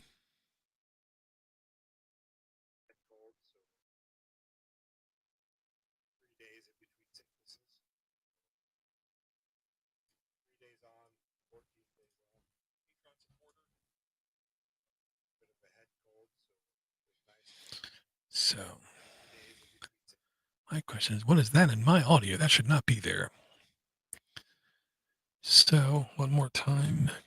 Come back here. Wow, it's only 45 minutes where you work. That is really nice, Red. Okay. Click the link. I got no audio though, Ivor, when I clicked that YouTube link because it's on a different computer. Oops, something went wrong. So maybe it's a me thing. So what I'm going to do is copy it and go to a different browser.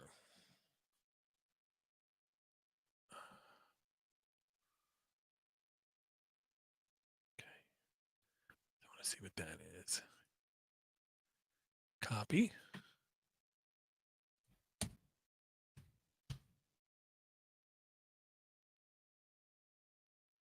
Oops, something went wrong. Yep. It's either a country thing or I don't know. Yes. Okay, I feel better. That is the show didn't start yet. Better. Okay, but I still don't like this. What's this? Okay. Real stuff, real words, fine. So let me come back here again and say gigs.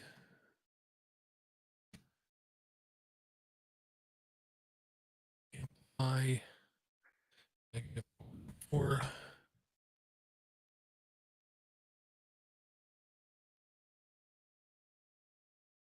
So for some reason, Ivor, I don't know why, I click it and it will not work. Even on an x86 computer, thinking it's maybe something on that. Okay, door. Yes. Okay. Yeah, the latest one was really bad. It was like the top 10 projects to do on a Raspberry Pi, but they're not in any order. They're just all over. And then at the very end, well, I guess it should have been my favorite one. It's the best one. It's like, make up your mind. It's either an ordered list or it's not. It's not difficult. Not difficult at all. And like a couple of the top 10 things were kind of, cop outs. You can use it as a desktop computer. Okay. Then he split up like 4 of the server things into 4 different things. But it's all just, a server thing. It might be because it's the youtube.be link. Is Ivor's what I'm going to say. I don't know.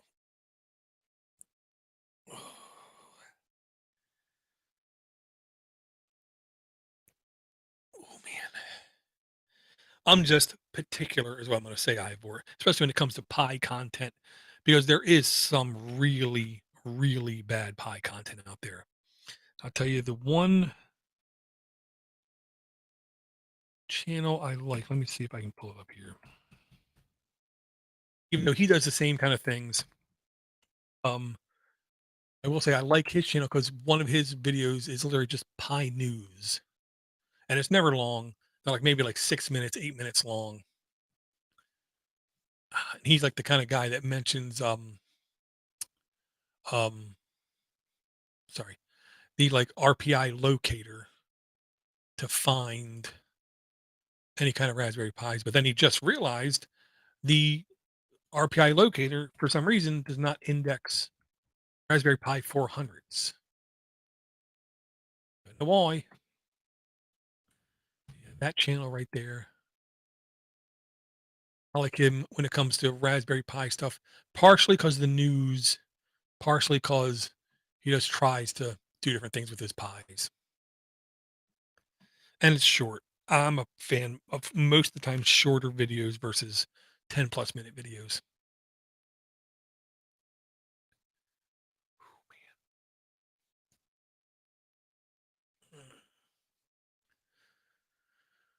Okay, so I think Fizz, let me see this.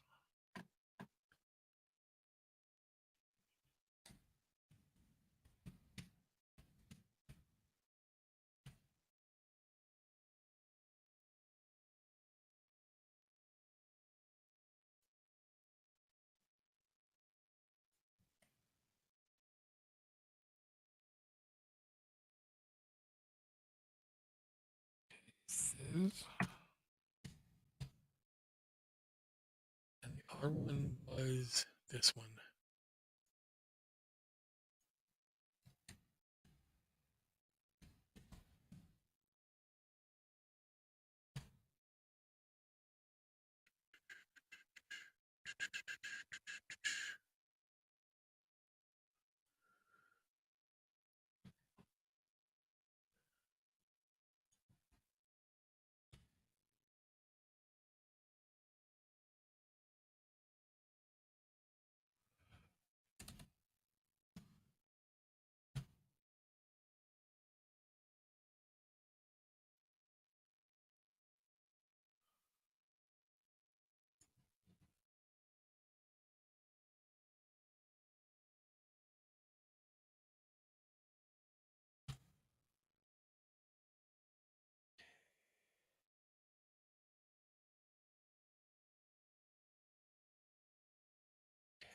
So it's done. Exit. New. New. Nude. Well, I already know it's going to be right there, but okay.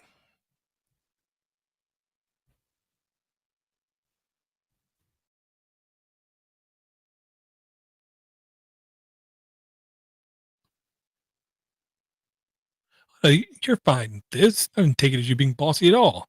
I am going to make sure they're in the notes too. Um, yeah, before I found that sponsor block, I literally like unsubscribed or whatever. Yeah, unsubscribed to more than a couple of YouTube channels just because their sponsor stuff just became. It's obvious it was disingenuous.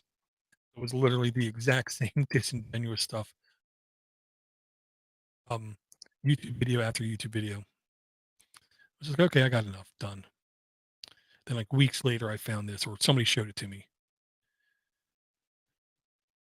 If the video was literally like just uploaded 5 minutes, no, like 5 seconds ago, there's a chance you'll load it and you'll still hear the sponsored ad. But even if you wait sometimes like 3 minutes and play the video, all the sponsor stuff will just immediately be skipped.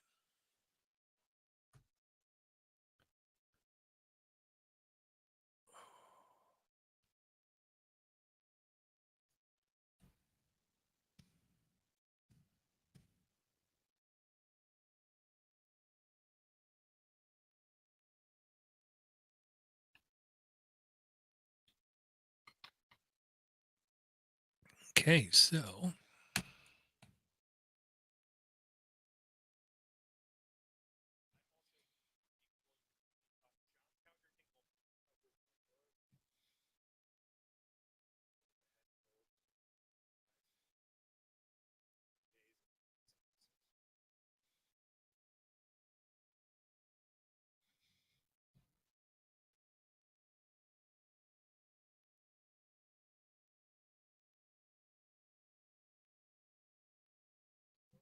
that's better.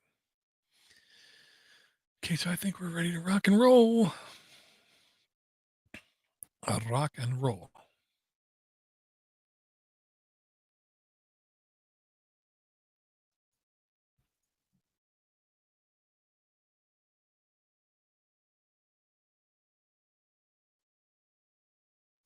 Okay. Save, track, export, audio. Hey. We are in a program that puts drink in the YouTube chat every time Josh mentions crypto. Oh my goodness. That's a lot of drink, is what I'll say. Oh, oh man. Yeah, the bad thing, Ivor, if you want to try to buy a pie right now, basically you can't, is what I'm gonna say. Really difficult to get a Raspberry Pi with good specs, is what I'm gonna say.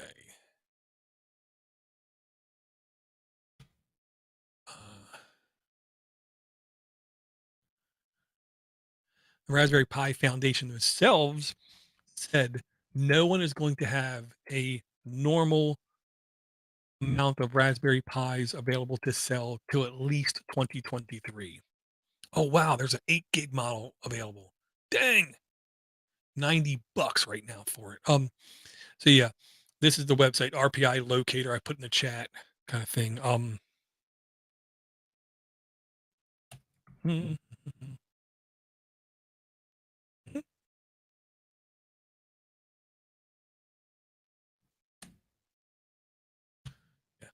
um, I needed a Raspberry Pi, I would right now buy this 8 gig model because I've not seen an 8 gig model available in like 4 months, but it's literally $90 to buy, $89. Um, so right now there's literally only two places in the world you can get two Raspberry Pis. One of them is a 0W, the other one is an 8 gig Model B. One of them is in Spain and the other one is in Denmark, kind of thing. So to get one is not easy at all, unless you get the Raspberry Pi 400, then you can literally just buy one of them. Like right now, that's the Raspberry Pi plus the keyboard all in one kind of thing. But yeah, to get a normal and air Raspberry Pi is near impossible. As soon as they're coming in stock, they seem to be selling out within minutes.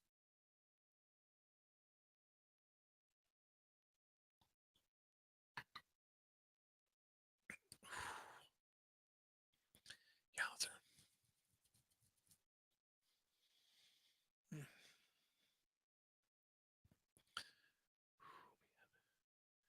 It's almost midnight here. All right, guys, I'm going to try to finish this editing, and then I got to get to bed. I really don't want to go to work tomorrow.